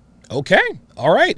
I agree with you, Danny, and thanks for the call. Danny's 100% right. He's 100% right, man. There are things that we espouse. Now, I guess, I don't know. I don't get to decide what category I'm put into, right? That's what the market is. If they consider me to be a PUA, PUA is a very antiquated term, right? Like pickup artists, like there's no such thing anymore. But I understand what he's saying. He's right. 100% right, man. What Danny is saying is that there are things that we talk about on our side that they need, and vice versa. And the way to really get men to steer themselves into the right direction is we need to start listening to each other and base our relationships on what we agree on, rather than letting our disagreements fracture us. Very, very good call. Very good call there by Danny in Alaska, frequent caller as well. Let us go to John in Jacksonville. I think that's Jacksonville, North Carolina. John, you're on Live at Donovan. Go ahead. Hey, Donovan, how's it going? I'm actually in Florida, Jacksonville, Florida. Oh, I saw the 910 area code. I was like, okay, maybe he's in North Carolina. But okay, Jacksonville, Florida. Gotcha. Yes, that's actually North Carolina number, but I'm actually here in Florida. Very good. Anyways, RIP to Red Pill Mike. Absolutely. Just want to say that. Thank you. I like your show. I come in and tune in every now and then. I do want to say that, just chiming in on the topic, I believe there's a greater agenda here. And I think the whole system profits off of male rage. And if male rage was all, centralized and coming against the system, that'd be great and dandy. But they're trying to redirect male rage to downgrade our society into a hyper-tribalistic society of divided men. I'll say this. Jordan Peterson said it best in a Joe Rogan podcast. Mm-hmm. He said that basically monogamy, obviously common knowledge, is great for the common average man. Right. So as they're trying to downgrade us, the common man, from sexual access via monogamy, that will create a hyper-violent society. Obviously, we know it's not the 80-20 rule anymore. It's more like the 90-10 rule now. Yeah, right. And they're trying to absolutely. And they're trying to there's a big correlation between wars. We need to understand this more than ever. Wars, male anger, and sexuality. Wow. Whether let me just bring this up. This is actually mind-blowing. I thought about this very recently. Whether you believe in the supernatural or not, the book of Enoch, there is one fallen angel that taught men to forge weapons of war out of soft metals, and also the same angel taught women to wear makeup. There's a big correlation between wars. This is very interesting. Between wars, male angst, and sexual access. We know this indirectly, but we need to bring it at the forefront. So basically, the fallen angels, whether people believe it or not, there were giants on the earth. And these giants are like the government today. They are usurpers trying to control male-female dynamics. So obviously they had access to all the women. And guess what? It said that it's actually profound. The men in that society were so powerless, they started to war against each other for whatever scraps were left. So basically they profit off of male angst, male anger, male, I even look at China sometimes. I wonder if the one-child policy in China, in wanting only to have boys and no girls, whether that is by design for China to create the world-leading military power at some point, sure, which they're trying to do. Right. Because but the other effect, but the other effect, like you were pointing out, is that the men will far outweigh the women. And because men want women, if there are not enough women to go around, at some point they're going to start to fight with each other, as we're seeing here in the States. Absolutely. And so male angst or, male passion, whatever you want to call it, is great if it's all centralized against the system. But they're profiting off of it. They want angry men in society. Let me tell you this. They want that because they want to redirect our anger towards each other to start fighting wars, be hyper-tribalistic to fight over scraps. Wow. I'm telling you, that's what's going on. It's all, there's nothing by coincidence. It's all by design. These people, these nerds in power, they're absolute psychos. They look into every, soft point of human psychology. Yeah. And they want men to fight against each other, pitch the black pills. I'm not a black pill person. Sure. Sometimes it's kind of, tempting because of what we see. It is nihilistic. I don't like nihilism. I want to be better. I'm, but you're I make human. Good money. I'm in good shape. But I understand we in the manosphere need to understand the whole spectrum of the male experience on Earth, whether it's the lower class men, whether it's the high value men, and whether it's, the common man, the average man. We need to not be fighting against each other because that's what they're trying to do. Dude, John in Jacksonville, that is the call of the day, my friend. Thank you very much for calling in, man. I appreciate it. Appreciate it, man. Do your thing, bro. Thank you. Dude, I'm going to tell you what. Man, you guys are making me look stupid on my own goddamn show. Shit. John's 100% right. And it's happening right before our very eyes, man. I've never, ever thought of it that way, but I think he's right. I think the economy monetizes male rage and male angst. I think they do. They want us fighting over the scraps. Right? And this happens all around us all the time. Dude, guys will commit crimes for a woman who's a 5.5, average at best. Right?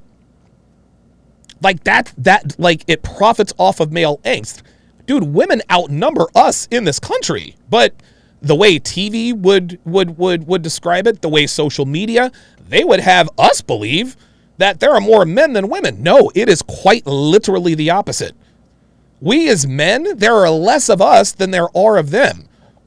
So while we actually have the abundance, it's the women who have the abundance mindset. And that's exactly what the economy profits on. Men are fighting each other now. Dude, black pill guys come after us. Black pill guys come after us. There's a reason. It's because black pill guys really do want women. There's nothing wrong with that, but they can't actually admit that out loud. Oh, we hate these PUA guys and these guys are poisonous and toxic. Call us whatever you want, but you wish that you could do what we do. And you can, you just don't want to put in the work. And that's why, when they come after us, everybody wins but the man. Excellent call by John in Jacksonville. Holy moly. Everett in Indiana, you're going to be next, followed by Z in Indiana, Hellfong after that, Antoine in Houston, and Darren in Phoenix. I'm already hating on Darren because he is where I want to be. Let's go to Everett in Indiana. Everett, you're on Live with Donovan. Hey, Donovan. How you doing, man? I'm doing good, man. How about you? I'm doing well. Just wanted to say that was a great tribute you did to Red Pill Mike yesterday. It was excellent. Thank you. I appreciate that. Thank you. All righty. Commenting on the article that you read earlier, I just wanted to say that you were wondering why that they were kind of grouping everybody into one, category. Right. It's very simple. They just don't know the difference between those different groups and what separates them. It's just that simple. They didn't do their homework to try to separate them. Okay. So you think this is? I don't know if you agree. No. I totally agree with you, and I'll actually submit this to you, Everett. I want to get your thoughts on this. So they didn't do their homework, so they don't really know the difference between the red pill and black pill, I would say this. I think that they know that if they actually did their homework, then they could start drawing some pretty deep distinctions between the two. So by not doing the research, they give themselves plausible deniability. Well, I didn't know that they weren't the same. How was I supposed to know? What are your thoughts on that? Absolutely. I totally agree with that. I totally agree with that. Exactly. Plausible deniability is definitely part of the equation. Which basically, I was going to also comment on Patrick's comment earlier. Yeah. About the causation correlation being shown. Correlation can be shown, but not necessarily proven. Where causation definitely requires evidence. Yes, I like that. Oh, dude, I totally. And again, this is why they always talk. This is why these articles always have that undertone, right? Because all they have to do is say that this is a problem or that these people are this. They don't really have to have the proof, and they understand that very well. Absolutely, they do. Absolutely, they do. And I was also going to comment on John's comment. Monogamy and marriage were actually created to quell men's rage. Yes. This is after the fact, that men, more than likely had harems and whatnot. Well, monogamy was created to quell or give other men a chance to breed. That's right. That's right. What's happened recently, the movement of the 60s, is now destroying and deteriorating that home. There you go, man. Dude, 100%. Thanks for the call, Everett. Everett is spot on.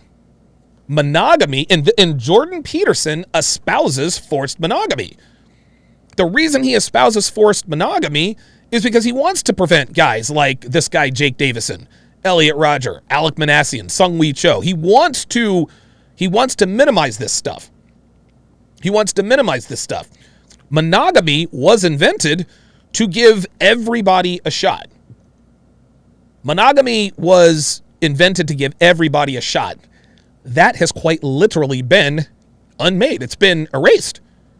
90% of women are after the same top 10% of men. They're after the same top 10% of men. And I've said this before many, many times. Most men are completely invisible to most women. I've also said this. Most men would have sex with most women, while most women would not have sex with most men. Listen, this is the way of the world.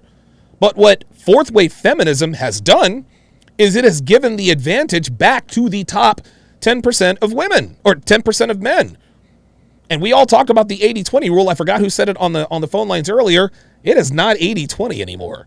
It is, dude, it's probably 93-7 at this point. Like, if we're keeping it all the way real, like the average man, dude, I think they said the average man has a body count of 3. Average of 3 to 4 women. 3 to 4 women. We all know that women have exponentially higher body counts than men. So if the guys with the low body counts aren't smashing these broads, then who are? That's right. Guys who have triple and sometimes even quadruple figure body counts. Not too many of these guys around. Here's something else that I'm going to point out that Everett made a very, very good point. Z in Indiana, Hellfong in Illinois. You guys are all coming up next. Dev, if you would, we got a few more calls in the queue. Go ahead and screen those next 3 calls, if you would. Go ahead and screen those next 3 calls. Of all of the men over the history of time, only 40% of men have procreated. 40% of all men in human history, only 40% of men have fathered children. 97% of women have procreated. 97% of women. So we've got the top 40% doing all the procreation. Well, where does that leave the bottom 60%? It leaves them driving vans into crowds, mass pew-pewing people, doing manifests, and all that good stuff.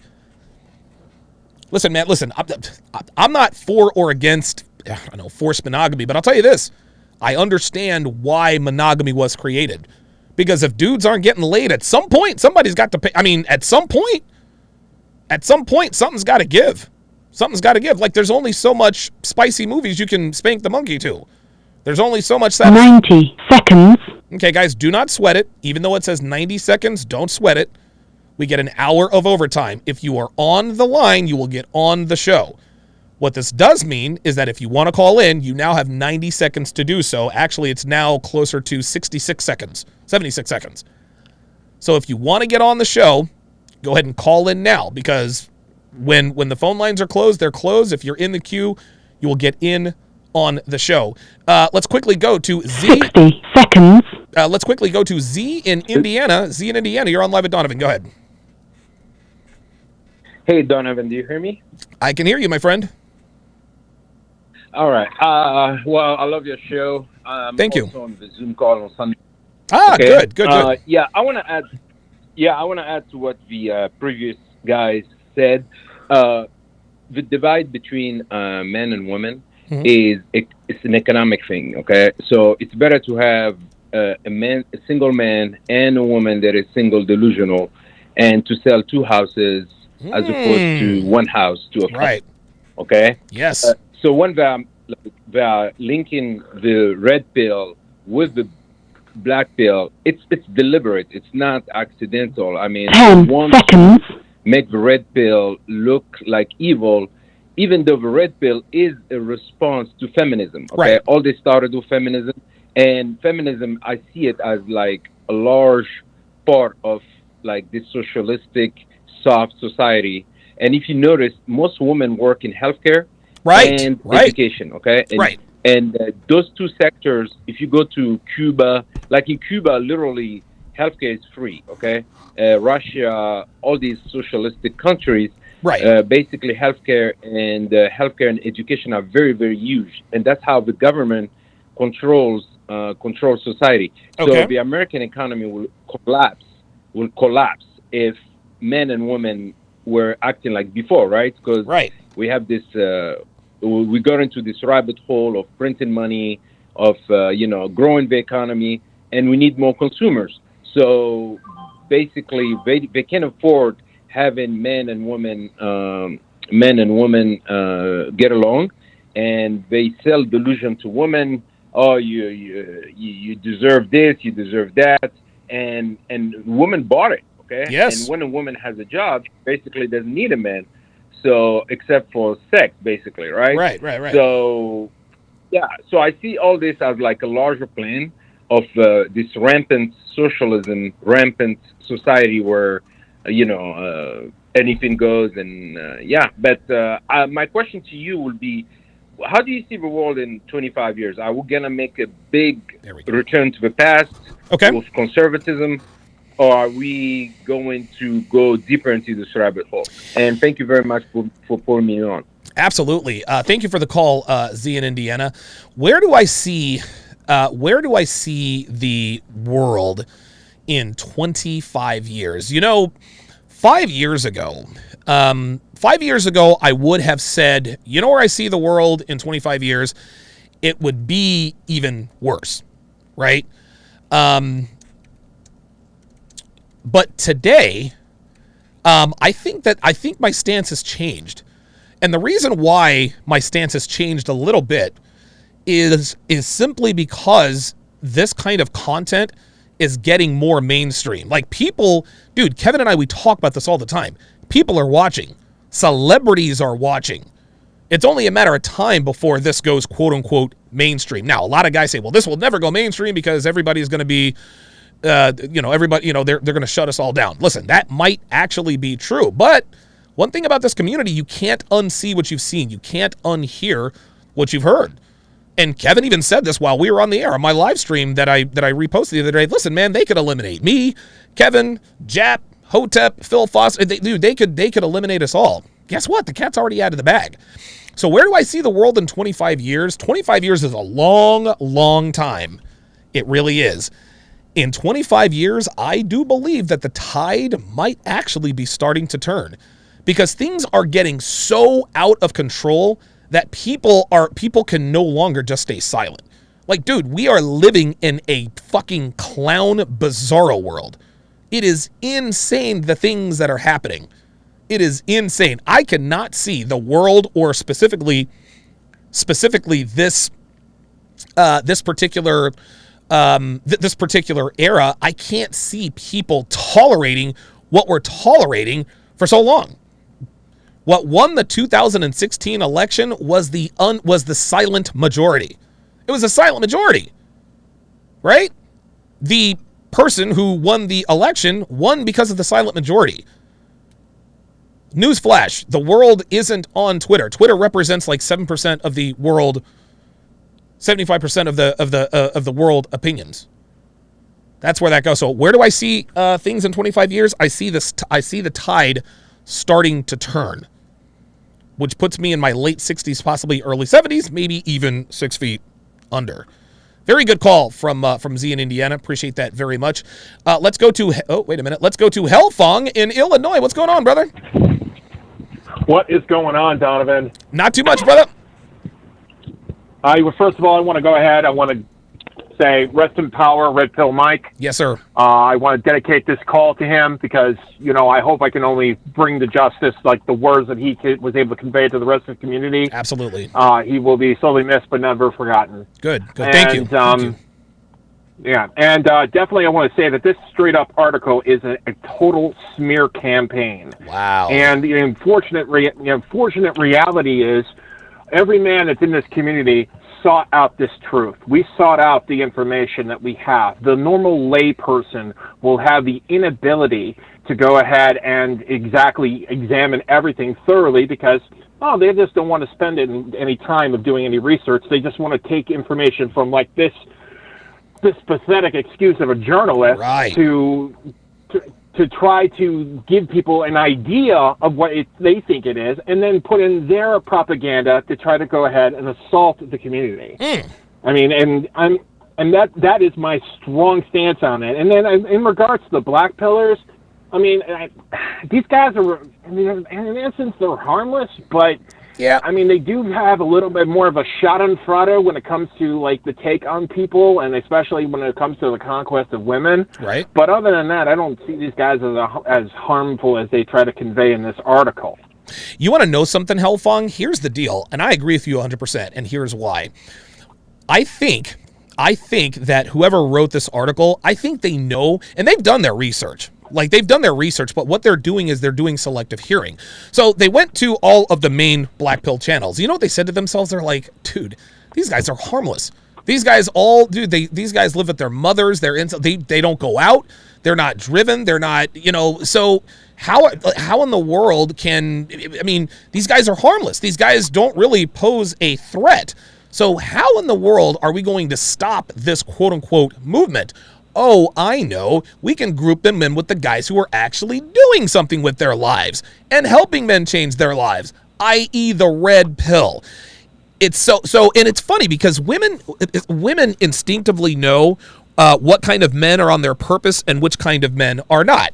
And if they've done any research whatsoever, they can see that black pill guys, they're losers. That's what they are. They're losers, and they only influence the people who really subscribe to their line of thinking. Oh, I'm going to pull out and da-da-da. Fine. What they understand is that those guys don't really, they don't incite change. They don't engender any sort of trust. All they want to do is sit around and complain. That's not dangerous at all. So what they're doing is Grizzly Rising puts in the chat, they want to make us guilty by association. So what they're trying to do is they're trying to call red pillars black pillars. No, we're the influential ones. We're the ones going mainstream. We're the ones with the hundreds of thousands and millions of subscribers. Black pill guys are kind of harmless. What are your thoughts on that, man?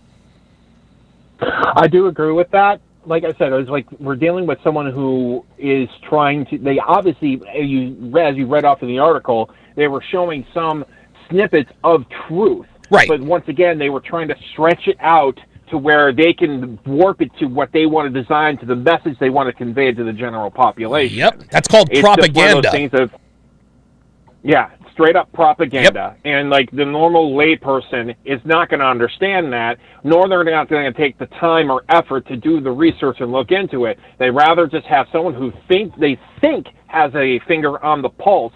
And it's just clearly just, I'm sorry to say this, but any time I see a woman writing these kind of articles, I'm like, okay, where's the spin? And there it is. You know, it's exactly, like, it's just so sad because it's just like you see it, I'm like, okay, where's it going? And there's the shoe just dropped. There you go. And it's just so sad that this attack is just so veiled, and people are not going to pick up on it unless you're part of this community.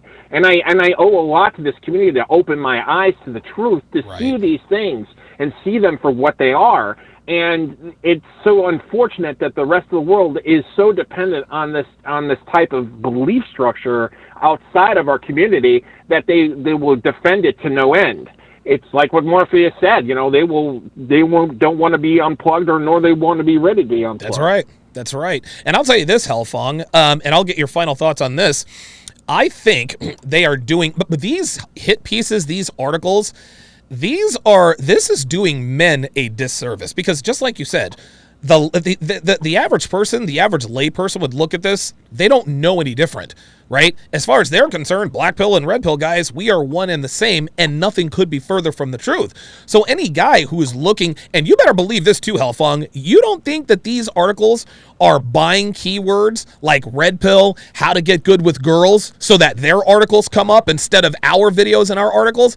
They are purposely misleading people about what our community really teaches to keep this knowledge from men. Because again, if men actually started to do the things that we encourage them to do in this community, the economy would fall. Agreed.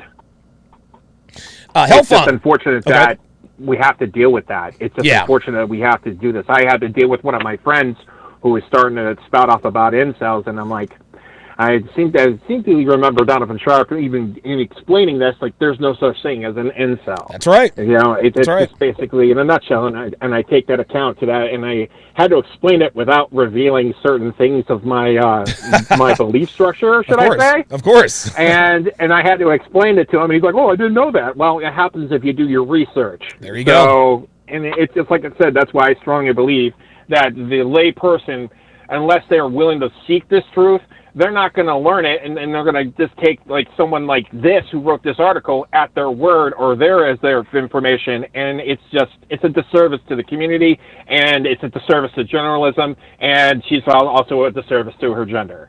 So very good, man. I'll leave it at that. Hellfong with bringing the fire from hell. Hellfong said something that I have espoused many, many times. There's no such thing as an involuntary celibate, gentlemen. If a man really wants sex, he can go out and get it. He might have to pay for it, but guess what? Like, again, involuntary celibate. A celibate is someone who does not engage in sexual intercourse. Involuntary means something that is out of your control. Well, if you count yourself to be an incel, then unless you don't have the male organ, unless you have a severe physical or mental handicap, there's no such thing as an incel. Dude, hell, even Stephen Hawking got down. Stephen Hawking. He was brilliant, but he was in a freaking wheelchair. Stephen Hawking got laid. Well, that's because he's Stephen Hawking. Really? You're going to compare yourself to Stephen Hawking? Really? Dude, as brilliant as Stephen Hawking was, none of us here would trade places with him. I mean, he recently passed, God rest his soul, but none of us would trade places with Stephen Hawking. None of us would. If you are an able-bodied human being, and you've got $50 in your pocket, if you wanted it bad enough, you could go out and get it. Well, I want it to mean something. What are you, a fucking bitch? You want it to mean something? Fam, get out of your feelings, man. Get out of your feelings. All right, we've got Antoine in, coming up next, we got Antoine in Houston, Darren in Phoenix, Bad Wrench in Minnesota, Ostrike in Maryland, and Ron in Montreal. Let's try to get through these as quickly as we can. Let's go to Antoine in Houston. So, Antoine, you have an idea You have a thesis or a theory on how they label the RP community as terrorists. What are your thoughts on that? Yes, Donovan, man, thank you for having me. Absolutely. It's a pleasure being here, and I'd like to say condolences to RP Mike and his friends and family. Absolutely, thank you, man. But yeah, they've been doing this for a long time. They've been doing this to you, Kevin, Coach Greg, Hotep, all of you guys, basically trying to call you guys violent. And if you listen to all you guys' video from start to finish, y'all don't speak violence. Right. Y'all actually tell guys to actually do better. Y'all actually tell guys to get their shit together, do them, get their money together, and that's the majority of the things that y'all tell guys to do. There you go. Other than that, it's women that actually come and ask y'all, hey, what do men want? What do guys like? What are we missing? And y'all give them the truth, and then they try to fire back with rebuttals and all this stuff with anger. And it's always met with anger. And a lot of times, even with my friends, I ask them, hey, have y'all watched these videos? They'll watch clips and watch small parts of y'all videos and just take those and go off the rails. And it's like, y'all got to watch the whole thing. Right. Watch the whole thing. And again, it's even with responsibility. And the responsibility has been given all to us, but also to, women have basically thrown away their responsibility. Right, right. So they give us all the responsibility, even when it comes to like reproductive rights. Okay. For example. Okay. A woman to get pregnant, if she's not, for example, if she's not married to the man, she'll get pregnant from him, but expect him to actually take care of her and the baby before he even knows it's his. Real talk, dude. And this is what people got messed up, because they try to equate a man being married to a woman, getting her pregnant and leaving, to the difference of a man getting a random woman pregnant and not being there for her. There you go. If a man that's not married to her doesn't know if that's his baby or not. Right. But a man that's married to a woman should definitely take care of that woman that's pregnant, because he knows and has that duty and responsibility. Right. Right. To take care of that woman. Right. So that's the difference. No, listen, I totally agree with that. Oh, go ahead. I'll give you the last word. Go ahead. But yeah, it's all changed, and that's another thing too. Dating is even changed, even in the last 10 to 15 years. Yep. Because that's another thing too that's totally changed that people fail to forget. They're trying to live by these rules that I'm 30. Okay. So you're a young guy. It's changed in my lifetime, and in the last 10 to 15 years, it's totally flipped. It's more of women have basically all the choice and all the power in dating now, because they can choose anybody from anywhere around the world. That's right. At the whim of dime, as soon as they turn 16, 17, they're on these dating apps already betting for guys. Yep.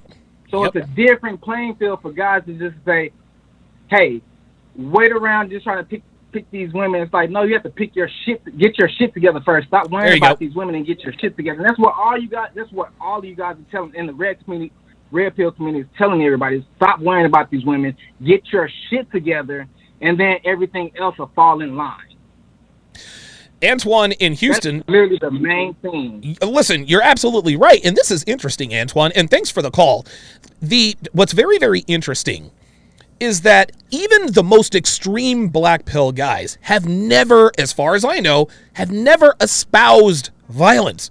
Nobody in this community, nobody in the manosphere ever says, go out and put hands on women. Nobody has said that. Nobody has advocated for any of that. The black pill community, actually, dude, they're the least people that you have to worry about. They're talking about pulling back completely. Don't interact with women. Don't talk to them. Don't look at them. That's not violence. That's not violence. What they're trying to do is they're trying to shame us and scare us into interacting with them so that they can then have the leverage to accuse us of domestic Duracell.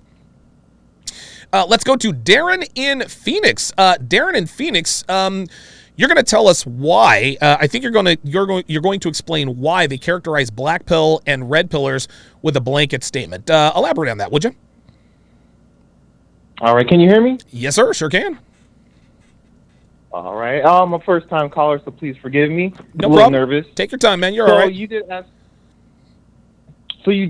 the caller in earlier, why do you think they try to characterize all black pillars with one blanket statement? And what I came to conclude is that, one, that they know that nobody's going to correct them. They can say whatever they want. They can make any statement, and nobody's going to correct them or call them out. And they also know that nobody's going to come to defense and pretty much correct them or call them out on it. And they also know that nobody's actually going to take the time out of their day to do their research and go, whoa, these guys aren't what they say they are. They're not, they don't violate women. They don't do this. They actually stay away from women. Right. And also, one quick thing. It's called Charlie Munger's 25 Cognitive Biases, the Human Misjudgment and Human Misbehavior. And let me go. And bias number 3 is called Disliking and Hating Tendency. And it says, we ignore the virtue and positive aspects of people we dislike. We just hate them just because. And we are also blindfolded ourselves to the facts and opinions of others. So any type of facts or anything that will denounce the guy going out and deleting other people, they would know that's not fact. And also number 10 is influence from mere association tendency. So we can easily be manipulated by pure association. So they're just saying all black pillars are this. So we associate anytime we hear a black pillar with somebody just going out and raging and deleting people in public and being this angry, bitter person. And then we can group people at the quality of product and advertising. So yeah, that was like my quick couple points. And so the book is called 25 Cognitive Biases That Ruin Your Life. Is that what the book is called? It's called 25 Cognitive Biases, the Human Misjudgment, and it's by Charlie Munger. Charlie Munger. Okay. Go ahead. And it basically just explains, just to make a long story short, why we make certain decisions and why we make bad or good decisions and what's behind the motive of those decisions. Okay, very good. Listen, I love the, I really do like the recommendations. I really do like the book recommendations. Darren in Phoenix, thanks for chiming in and thanks for the call, man. All right, no problem. All right, Darren in Phoenix. Very good call, man. I like it when callers call up and say, hey, man, like, this is where you can get this knowledge. This is where you can get this knowledge. Excellent, excellent call by Darren in Phoenix. I'm still hating on you, Darren. You are where I want to be. Let's go to Bad Wrench in Minnesota. Looks like you've got thoughts on the black pill and the red pill community and how we need to focus more on teaching morality. Yeah, hi. Hey, how you doing, man? Do I got you here? You said yes, sir. We'll start off by saying R.I.P. to Red Pill Mike. Yes. I believe I dropped it in the message in the prior video. We'll see you on the other side. Okay, good stuff, man. Appreciate that. And now to get into my main point, I want to start with a first question to you, Donovan. What is the one thing our schools have really gone away from? The one thing, teaching, I think they've gone away from teaching, I guess, human decency, right? And religion, separation of church and state. I remember when religion was a big part of the public school education. Am I right or wrong about that? You would be right. Okay. And the thing is what they were teaching through the religion and all of that was morality. Okay. Oh, and right, when right, we right. got away from that morality, we actually drove our society down a dark hole. And many men are stumbling right now to get through the lack of having morals. Yes. And the more we try to teach these, not only in the red pill community, but the more that other communities catch on to what's going on with this, yep, and it gets taught, the better it's going to be long term for everyone. And I think that's what's really going to bind everything together and bring everyone together, is that teaching these moralities, and this was a thought that I had in my head about even starting a second YouTube channel to my first, was to bring that morality factor into really teaching people how to, when we're teaching them how to use game, how to base it on their moralities, base it on the things that they want out of life, not what they want to chase. Right. So stop focusing on the shiny object, but focus on where do I want to be 5, 10, 15, 25 years down the road. And as we teach young men this, as they grow up learning these values, they're going to create the better society. Unfortunately, it's past our generation already, so now all we can do is pass that torch to the younger generation. Now, let me ask you this, Bad Wrench. How do you see? And Grizzly Rising in the chat says, to him, morality means it's a code of honor. All men should have their own code of honor. How do you define morality? How I would define morality, you can kind of break it up in two different segments. So the first would be like what he mentioned, having the code of honor, having a code of ethics, standing by your word. You know, whatever you say is your bond is your bond. You will back it up, life or death. That would be the first part. The second part is, I think people need to really learn, you know, a lot of the things Red Pill does talk about are stuff that would be seen in the Bible. Yes. You know, how to be a man, how to step up, how to be a leader, how to be the strong person that you're meant to be. And so you're saying that the Bible espouses a lot of the same things. A lot of people have said that the Bible is red pill. Are you in that camp? I would definitely be in that camp, that the Bible is very red pill, and it does teach not only what men should do, but what women need to do as well. It shows that they should be submissive to their husbands. They should, you know, be a provider, be the person that gathers information on the backside to give to the man to make the proper decisions. Bingo. In my household, my wife will do a lot of the research needed to do certain stuff. That's right. And she brings it back to me, and it's up to me to make that decision. And that is the way a relationship should be. Bad Wrench, very good call, man. Thanks for calling. Listen, that's exactly what happens. That's exactly what happens in my relationship. If Dev and if we want to do a weekend getaway somewhere, she'll do the research. She'll send me the information, and I'll say, okay, yeah, we're going to do this. And this really happens with anything. This happens with anything in life. Like, this is just how it goes. And you guys know, I'm not an overly religious guy, but I'll let you know, man. A lot of the things that the Bible teaches, in fact, most things that the Bible teaches, really it's about making people just better people. Whether you're religious or not, if you read the Bible, the things that the Bible talks about are good for both men and women. Good for both men and women. Very, very good call by Bad Wrench in Indiana, man. I appreciate that. Let me get to these quick couple of super chats, and we'll go to Ostrike in Maryland and Ron in Montreal. BSP with the 100 Indian rupees says, instead of women's rights, we should focus more on human rights. Face Facts, $5 says, women see the refusal to interact with them as violence. How can they extract resources if men walk away completely? That's a good question. Very good question. Very, very good statement there. David McGrew, $10, says, hey, buddy, sorry to hear about RPM. Hope you get to feeling better. Peace, bro. Yeah, I took that really hard, man. I took it harder than I thought I would. I didn't realize just... even now, like, I still get the pang in my stomach when I think about it. I still can't believe he's gone, man. Okay, let's get to our last two phone calls of the day. Let us go to Ostrike in Maryland. Ostrike in Maryland. So you're going to touch on the whole polygamy versus monogamy and what causes violence. That sounds very interesting. Yes, thanks for having me on. Of course. With monogamy, there's already a unequal distribution of resources, but men don't have a problem with this because, a better man ends up with a better woman, and a lesser man gets a lesser woman, but nobody goes home empty-handed for the most part. Right. So it's perceived as being fair. With polygamy, though, it can be such an unequal distribution of resources to the point where most men don't get anything, even, above average men.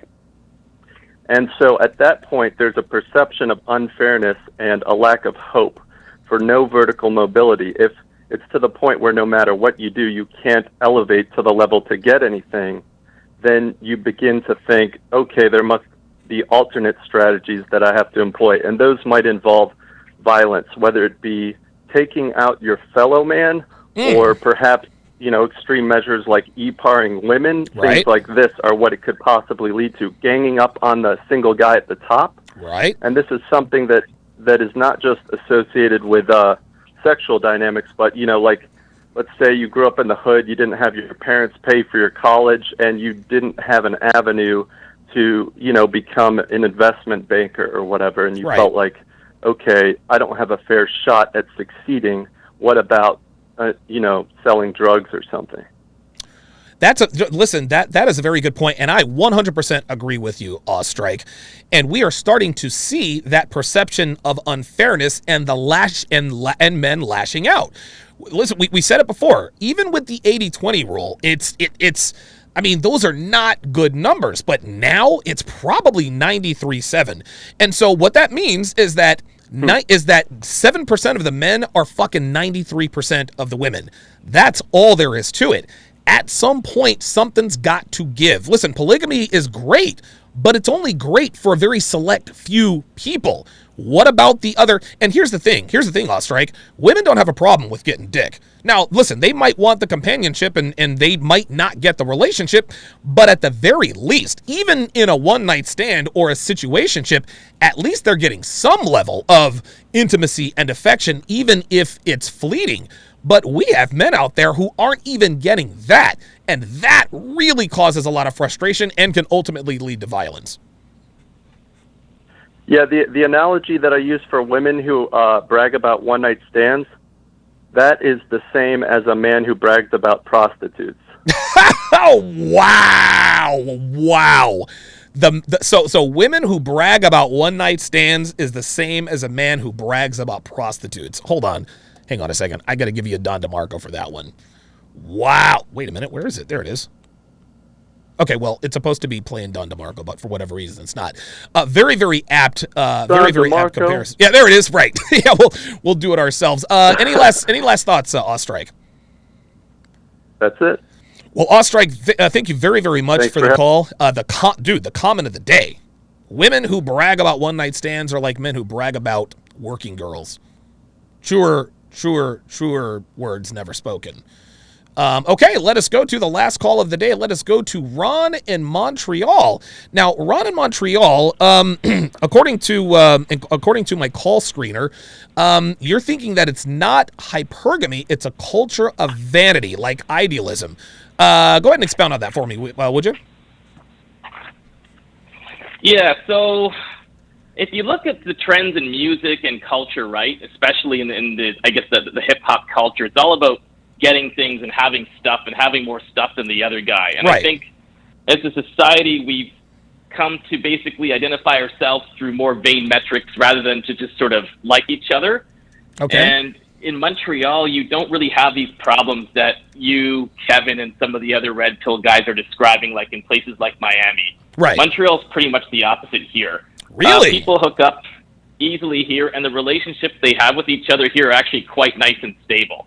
What? There's not a lot of frustration here. So I would even say, too, like if you wanted to see something else, I think it's just a lot of the frustration is also localized, right? Like it's just, happens to be a product of the culture, whether the culture serves for the greater purpose or not. Right. I think in some cases, some of the vanity culture does not really serve the greatest purpose. It divides people. Yes. And you really focus on, and you end up focusing on things that just aren't important, right? And both men and women are guilty of this, right? Like women Sure. trying to smash rappers, vain. I can get the next rapper. The guy's, trying to get all the bling he can. Right. It's vain, right? Yeah.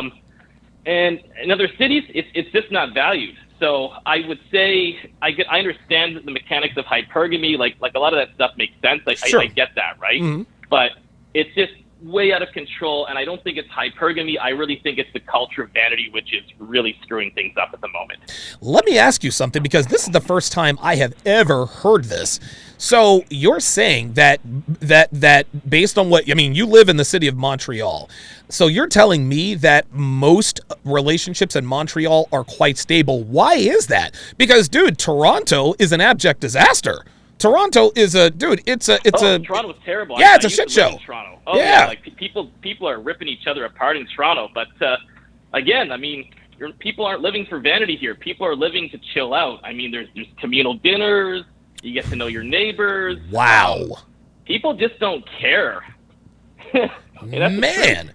Dude, Montreal might be the best kept secret in North America, man. What's the quality of life like in Montreal, other than the fact that it's cold? Just to live and chill. I mean, I came here to chill out and just think about my life, right? Okay. And ever since I've moved here, I've become a much more calm and happier person. It's you can be who you are. It's very artistic. Okay. And there's a lot of creative things that happen in Montreal. So it's not a big business culture, but there's a lot of interesting business that happens here. I would even say, too, that the jobs that I've had in Montreal in IT and tech are actually a lot more interesting than the jobs in Toronto because people actually think outside the box here a lot more. Wow. Like, you're describing like a Shangri-La to a lot of people. I'll give you the last word, Ron. Any last thoughts? Yeah, and I'm sure there's some cities in the United States that are like this, too, and across Europe and Scandinavia. Well, across Europe and Scandinavia, there's definitely places like this, right? So this is why I'm thinking that, the whole people get hypergamy confused, but vanity in the United States anyway seems to be a localized incident right at the moment. Yeah. Man, that's incredible. Ron in Montreal, dropping gems. I had no idea that Montreal was this paragon of stable relationships. I guess we can't judge. Listen, we can't judge all of Canada on Toronto. Guess we certainly can't do that. Man, good phone calls. Man, very, very good phone calls. Let me get to the last of these super chats here. The Neologic $10 says the leaders in the manosphere need to bring back the men's lodge. You are all in different states and can open different chapters. Men need men. We are fractured where the women are united. 100%, man. And it's sad. It really, really is. It really, really is. Unfortunately, there are some guys in this space who have a lot of influence, and they would have you think that they're about helping men, but they're really just about helping themselves. Because when a man does something to help men, they try to tear that said men down. Dwayne Perry, $5, says, great content, love the channel, appreciate that very much. Miguel D, $5 Canadian, says, I can co-sign on Montreal, lived there for 4 years, might move back. I'm going to tell you what, dude, you learn something every day. I had no idea that, shit, man. Wow. Unbelievable. Daku Daddy says societies where polygamy is prevalent are usually unstable and volatile. Of course. Bible, Rebel 5150 says the acronym for Bible is basic instructions before leaving Earth. I like that. I like that very much. So what's going to happen from here? Oh, actually, my mistake. I promised you guys the premiere of Save-A-Ho. So I'm going to premiere the very first... Hang on a second. I'm going to premiere the very first episode of The Adventures of Save-A-Ho. I'm going to premiere... This is Save-A-Ho, The Adventures of Save-A-Ho, Season 1, Episode 1. Hell, let's not waste any time. Let's get right to it, man.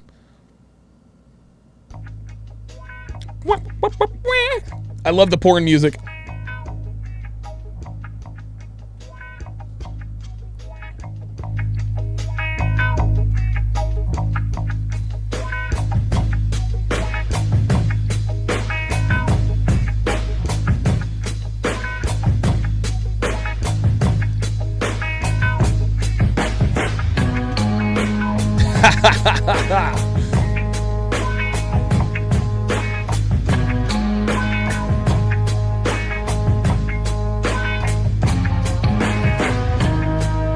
Dude, I love the music, man. This is awesome. Totally 70s old school.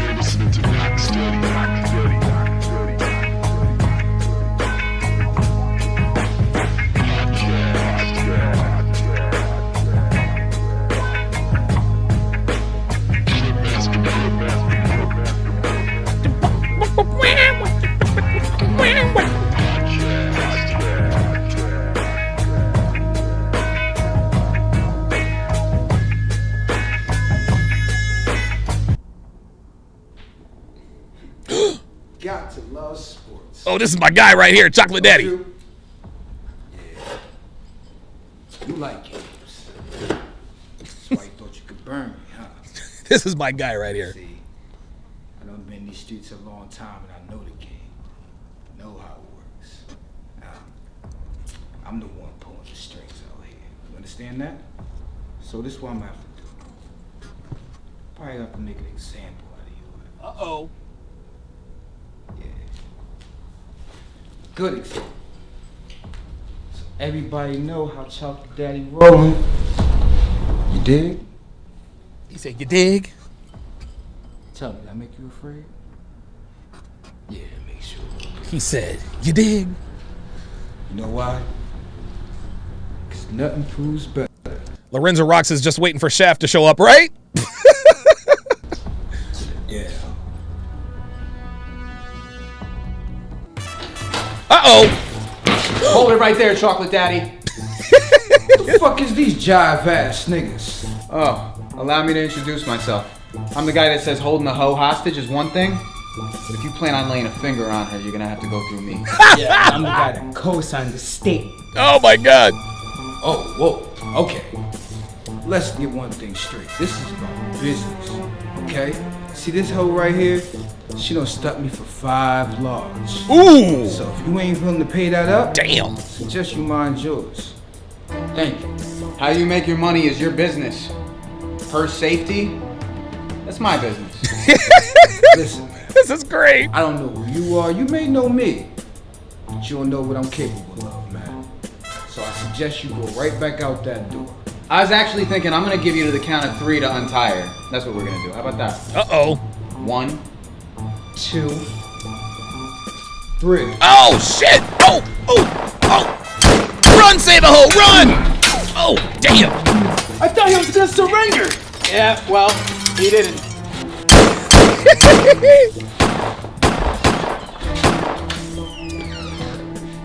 I thought Save a Hole was in trouble, man.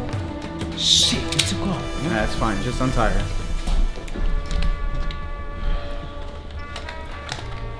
Dude, I love the soundtrack to this. This is awesome. Chocolate Daddy. Now, what are you doing beating pimps for their money? Hey man, that's my money. I earned it. Yeah, well, if you still got your hands on it, take it and skip town. Soon, while you still can. Come on, let's get you safe. Another hoe saved. Uh-oh.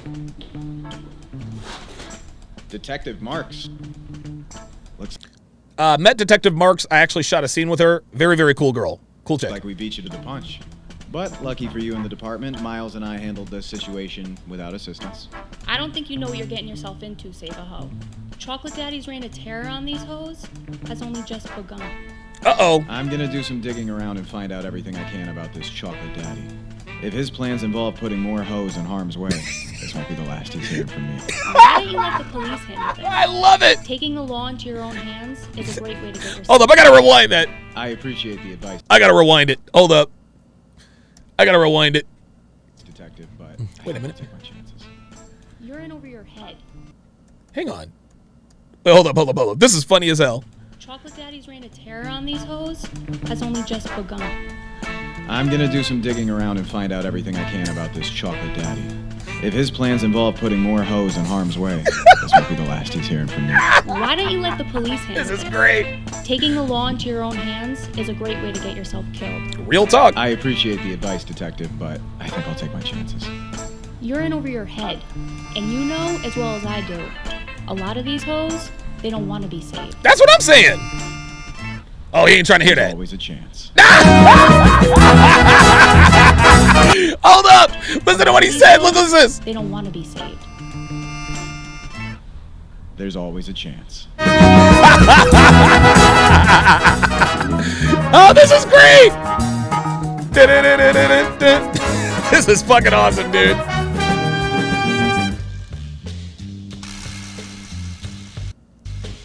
The Adventures of Save a Hoe. I've been trying to get a trace on Chocolate Daddy's whereabouts, but it looks like he's gone off the grid. Then that means this guy knows how to lay low. Out of plain sight. That's what it looks like. could be days till I get a trace on him again. Then we might be left with no choice than to go visit our old friends. Aw, shit.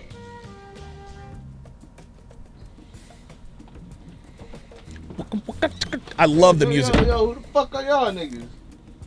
Yo, lose the shades. It's fucking midnight. they good. Let them through.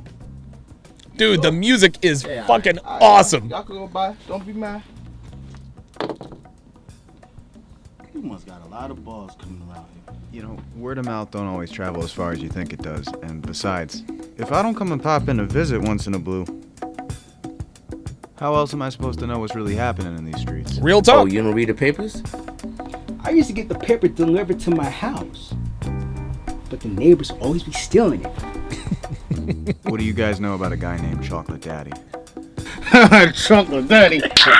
Oh, shit. You must really think you got the juice if you're going after Chocolate Daddy. Man, he's got in his hand just about everything. Drugs, guns, pimping, Gang banging. almost about everything. You know I'm not concerned with his criminal activities. We're not the police. But his business is putting hoes in danger, and I can't let that happen. Oh, man. What is it with you? Oh my God, listen to this again. Yo, it is so funny. What makes this the best is how serious he is. Listen, I'm not worried about his criminal activity, but if his business is putting hoes in danger, listen to this. He's so serious. This is great. Almost about everything. I'm not concerned with his criminal activities. We're not the police. But his business is putting hoes in danger, and I can't let that happen. Oh, man. What is it with you and these hoes? And if you go after Chocolate Daddy, that could be your ass. Uh-oh. And it's not worth it. What have these hoes ever done for you? What the fuck you trying to say? Uh-oh. Whoa, whoa. Hey, ho. Fall back. Settle down. We were able to get a trace on him, but we lost him at the scene. Haven't been able to get a trace on him since. And don't worry about that. He's got people all over the city. And chances are, if you're looking for him, he's already got a trace on you. Uh-oh. You dig it? He always stays 10 steps ahead of his adversaries. Yes, sir. Why do you think the cops ain't get him yet? Boss, What's up? there's hoes in trouble. This is awesome. Gentlemen. He said there's hoes in trouble. This is fucking awesome. If we go back to the safe house right now, I think we can find a trace. All right. Go ahead. Go. I'll handle this on my own. Are you sure? Yeah, go ahead. Take off.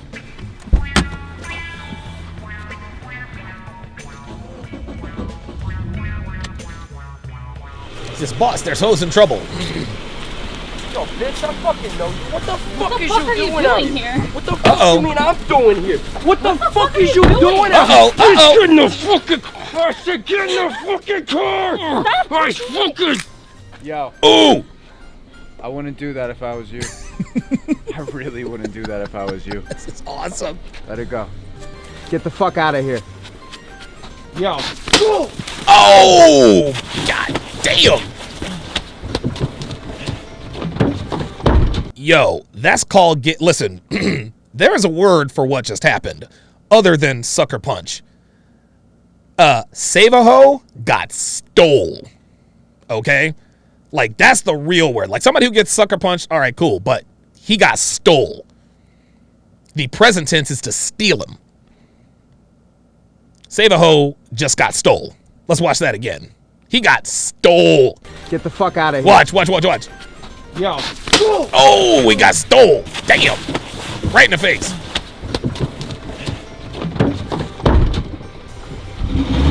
Fuck you!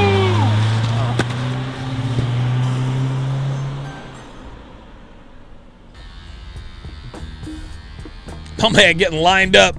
Alright, champ.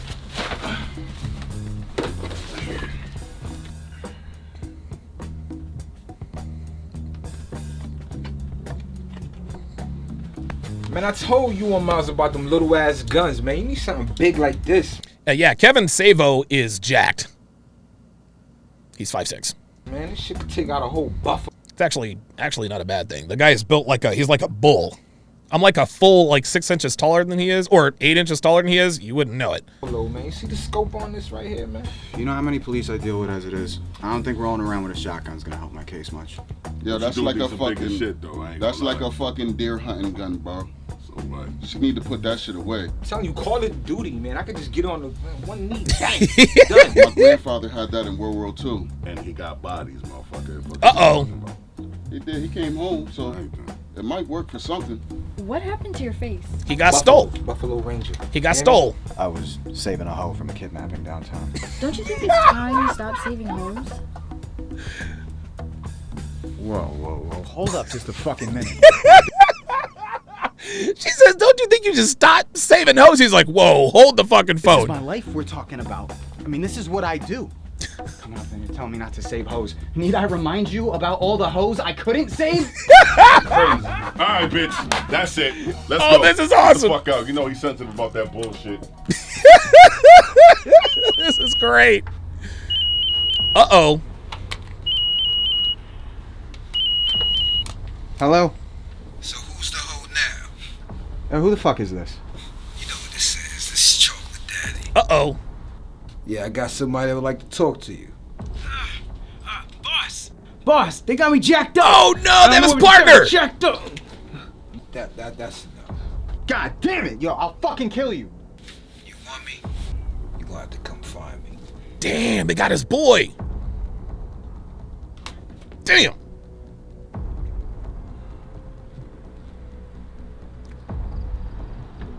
I hope he's not planning on a run up in there alone. He's got Miles. You were right. I'm in over my head.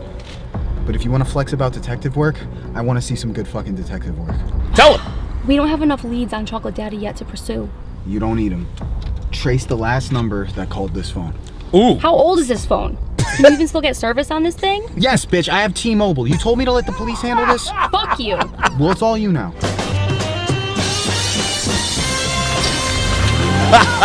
This is great.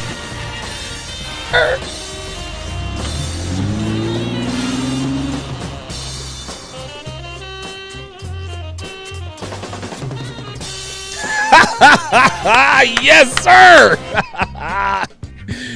Yo, real talk. Dude, I'm telling you, I love the music, dude. Yo, this is crazy. Yo, this, I'm trying to tell y'all, man. I don't know where he got the soundtrack to this, man. I really don't. Kev Rock Entertainment. And so that, oh, of course, up next is the Thought Mommies. But, so that is the very first episode in The Adventures of Save-A-Ho. Directed by the talented Kevin Savo, writer and director of the entire series, as well as Thought Mommies. Thought Mommies. And like I said, guys, I was up in Connecticut, man. I spent the whole day with him. Dude, the guy dude, he's a solid guy, man. Dude, he's a young kid, 25 years old.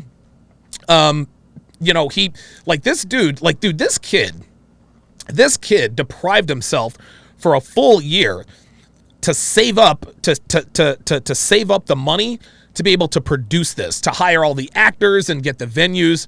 Like, he really put his heart and soul into this, man.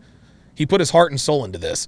So what I'm going to do is I'm going to link that video in the description. I want you guys to share the hell out of it, because tomorrow we are going to I'm going to debut episode 2 of The Adventures of Save-A-Ho. The Adventures of Save-A-Ho episode 2. I, your boy, will be making a cameo appearance. I will be making a cameo appearance, and let me just give you guys. Listen, I'll give you a sneak preview, but I'm not going to give any sneak preview of the film. I'm going to give you a couple of sneak previews of some of the. Actually, you know what? I'll do that tomorrow. Because I wasn't prepared for that. So yeah, shout out to Kevin Savo. I call him jacked Tom Cruise. Tom Cruise is 5'6", he's 5'6". Kevin's jacked, Tom Cruise is not.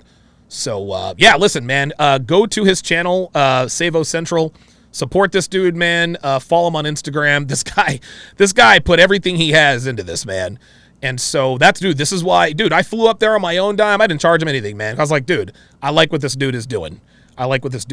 So, all right. So, what's going to happen now is I'm going to take about a 10-minute break. I'm going to take about a 10-minute break, and we will get into the double header, the Temptation Island breakdown, followed by the Love Island breakdown. Things are starting to get absolutely starting to get a little bit more real. So stay tuned for that. That is going to do it for this edition of TSR Live. Thank you guys very much for tuning in. If you want to be able to watch the dating show breakdowns, download the SharpeStream app at sharpestream.com. Thanks for watching, guys. We'll see you next time.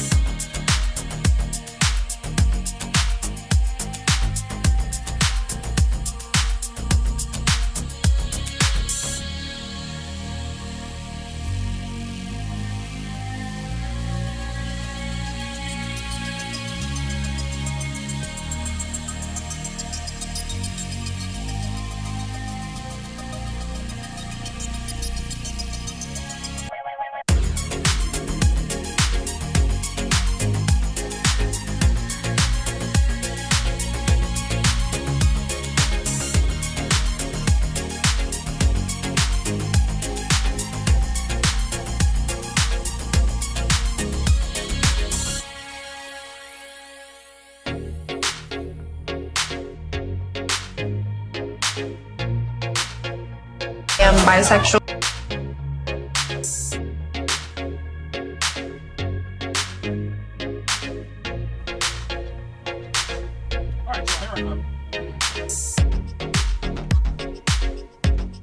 All right. Woo. My apologies there, guys. I realized that I hadn't eaten all day.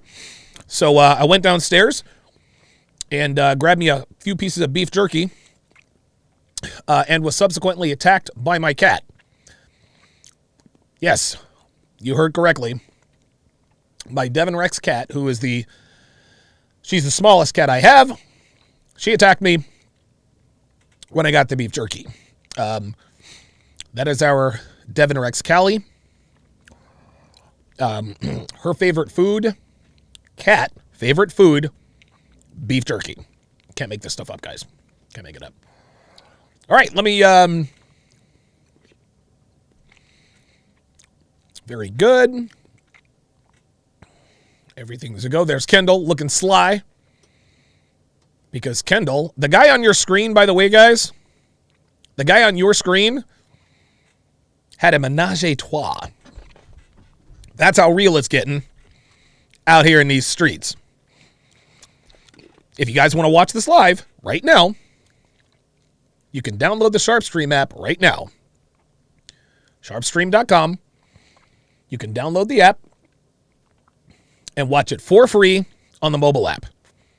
So goodbye to my D-Live audience, my Donovan, Sharpe, etc. audience, my Facebook audience, my Twitch audience, my MGTOW.TV, and Manosphere.tv audience.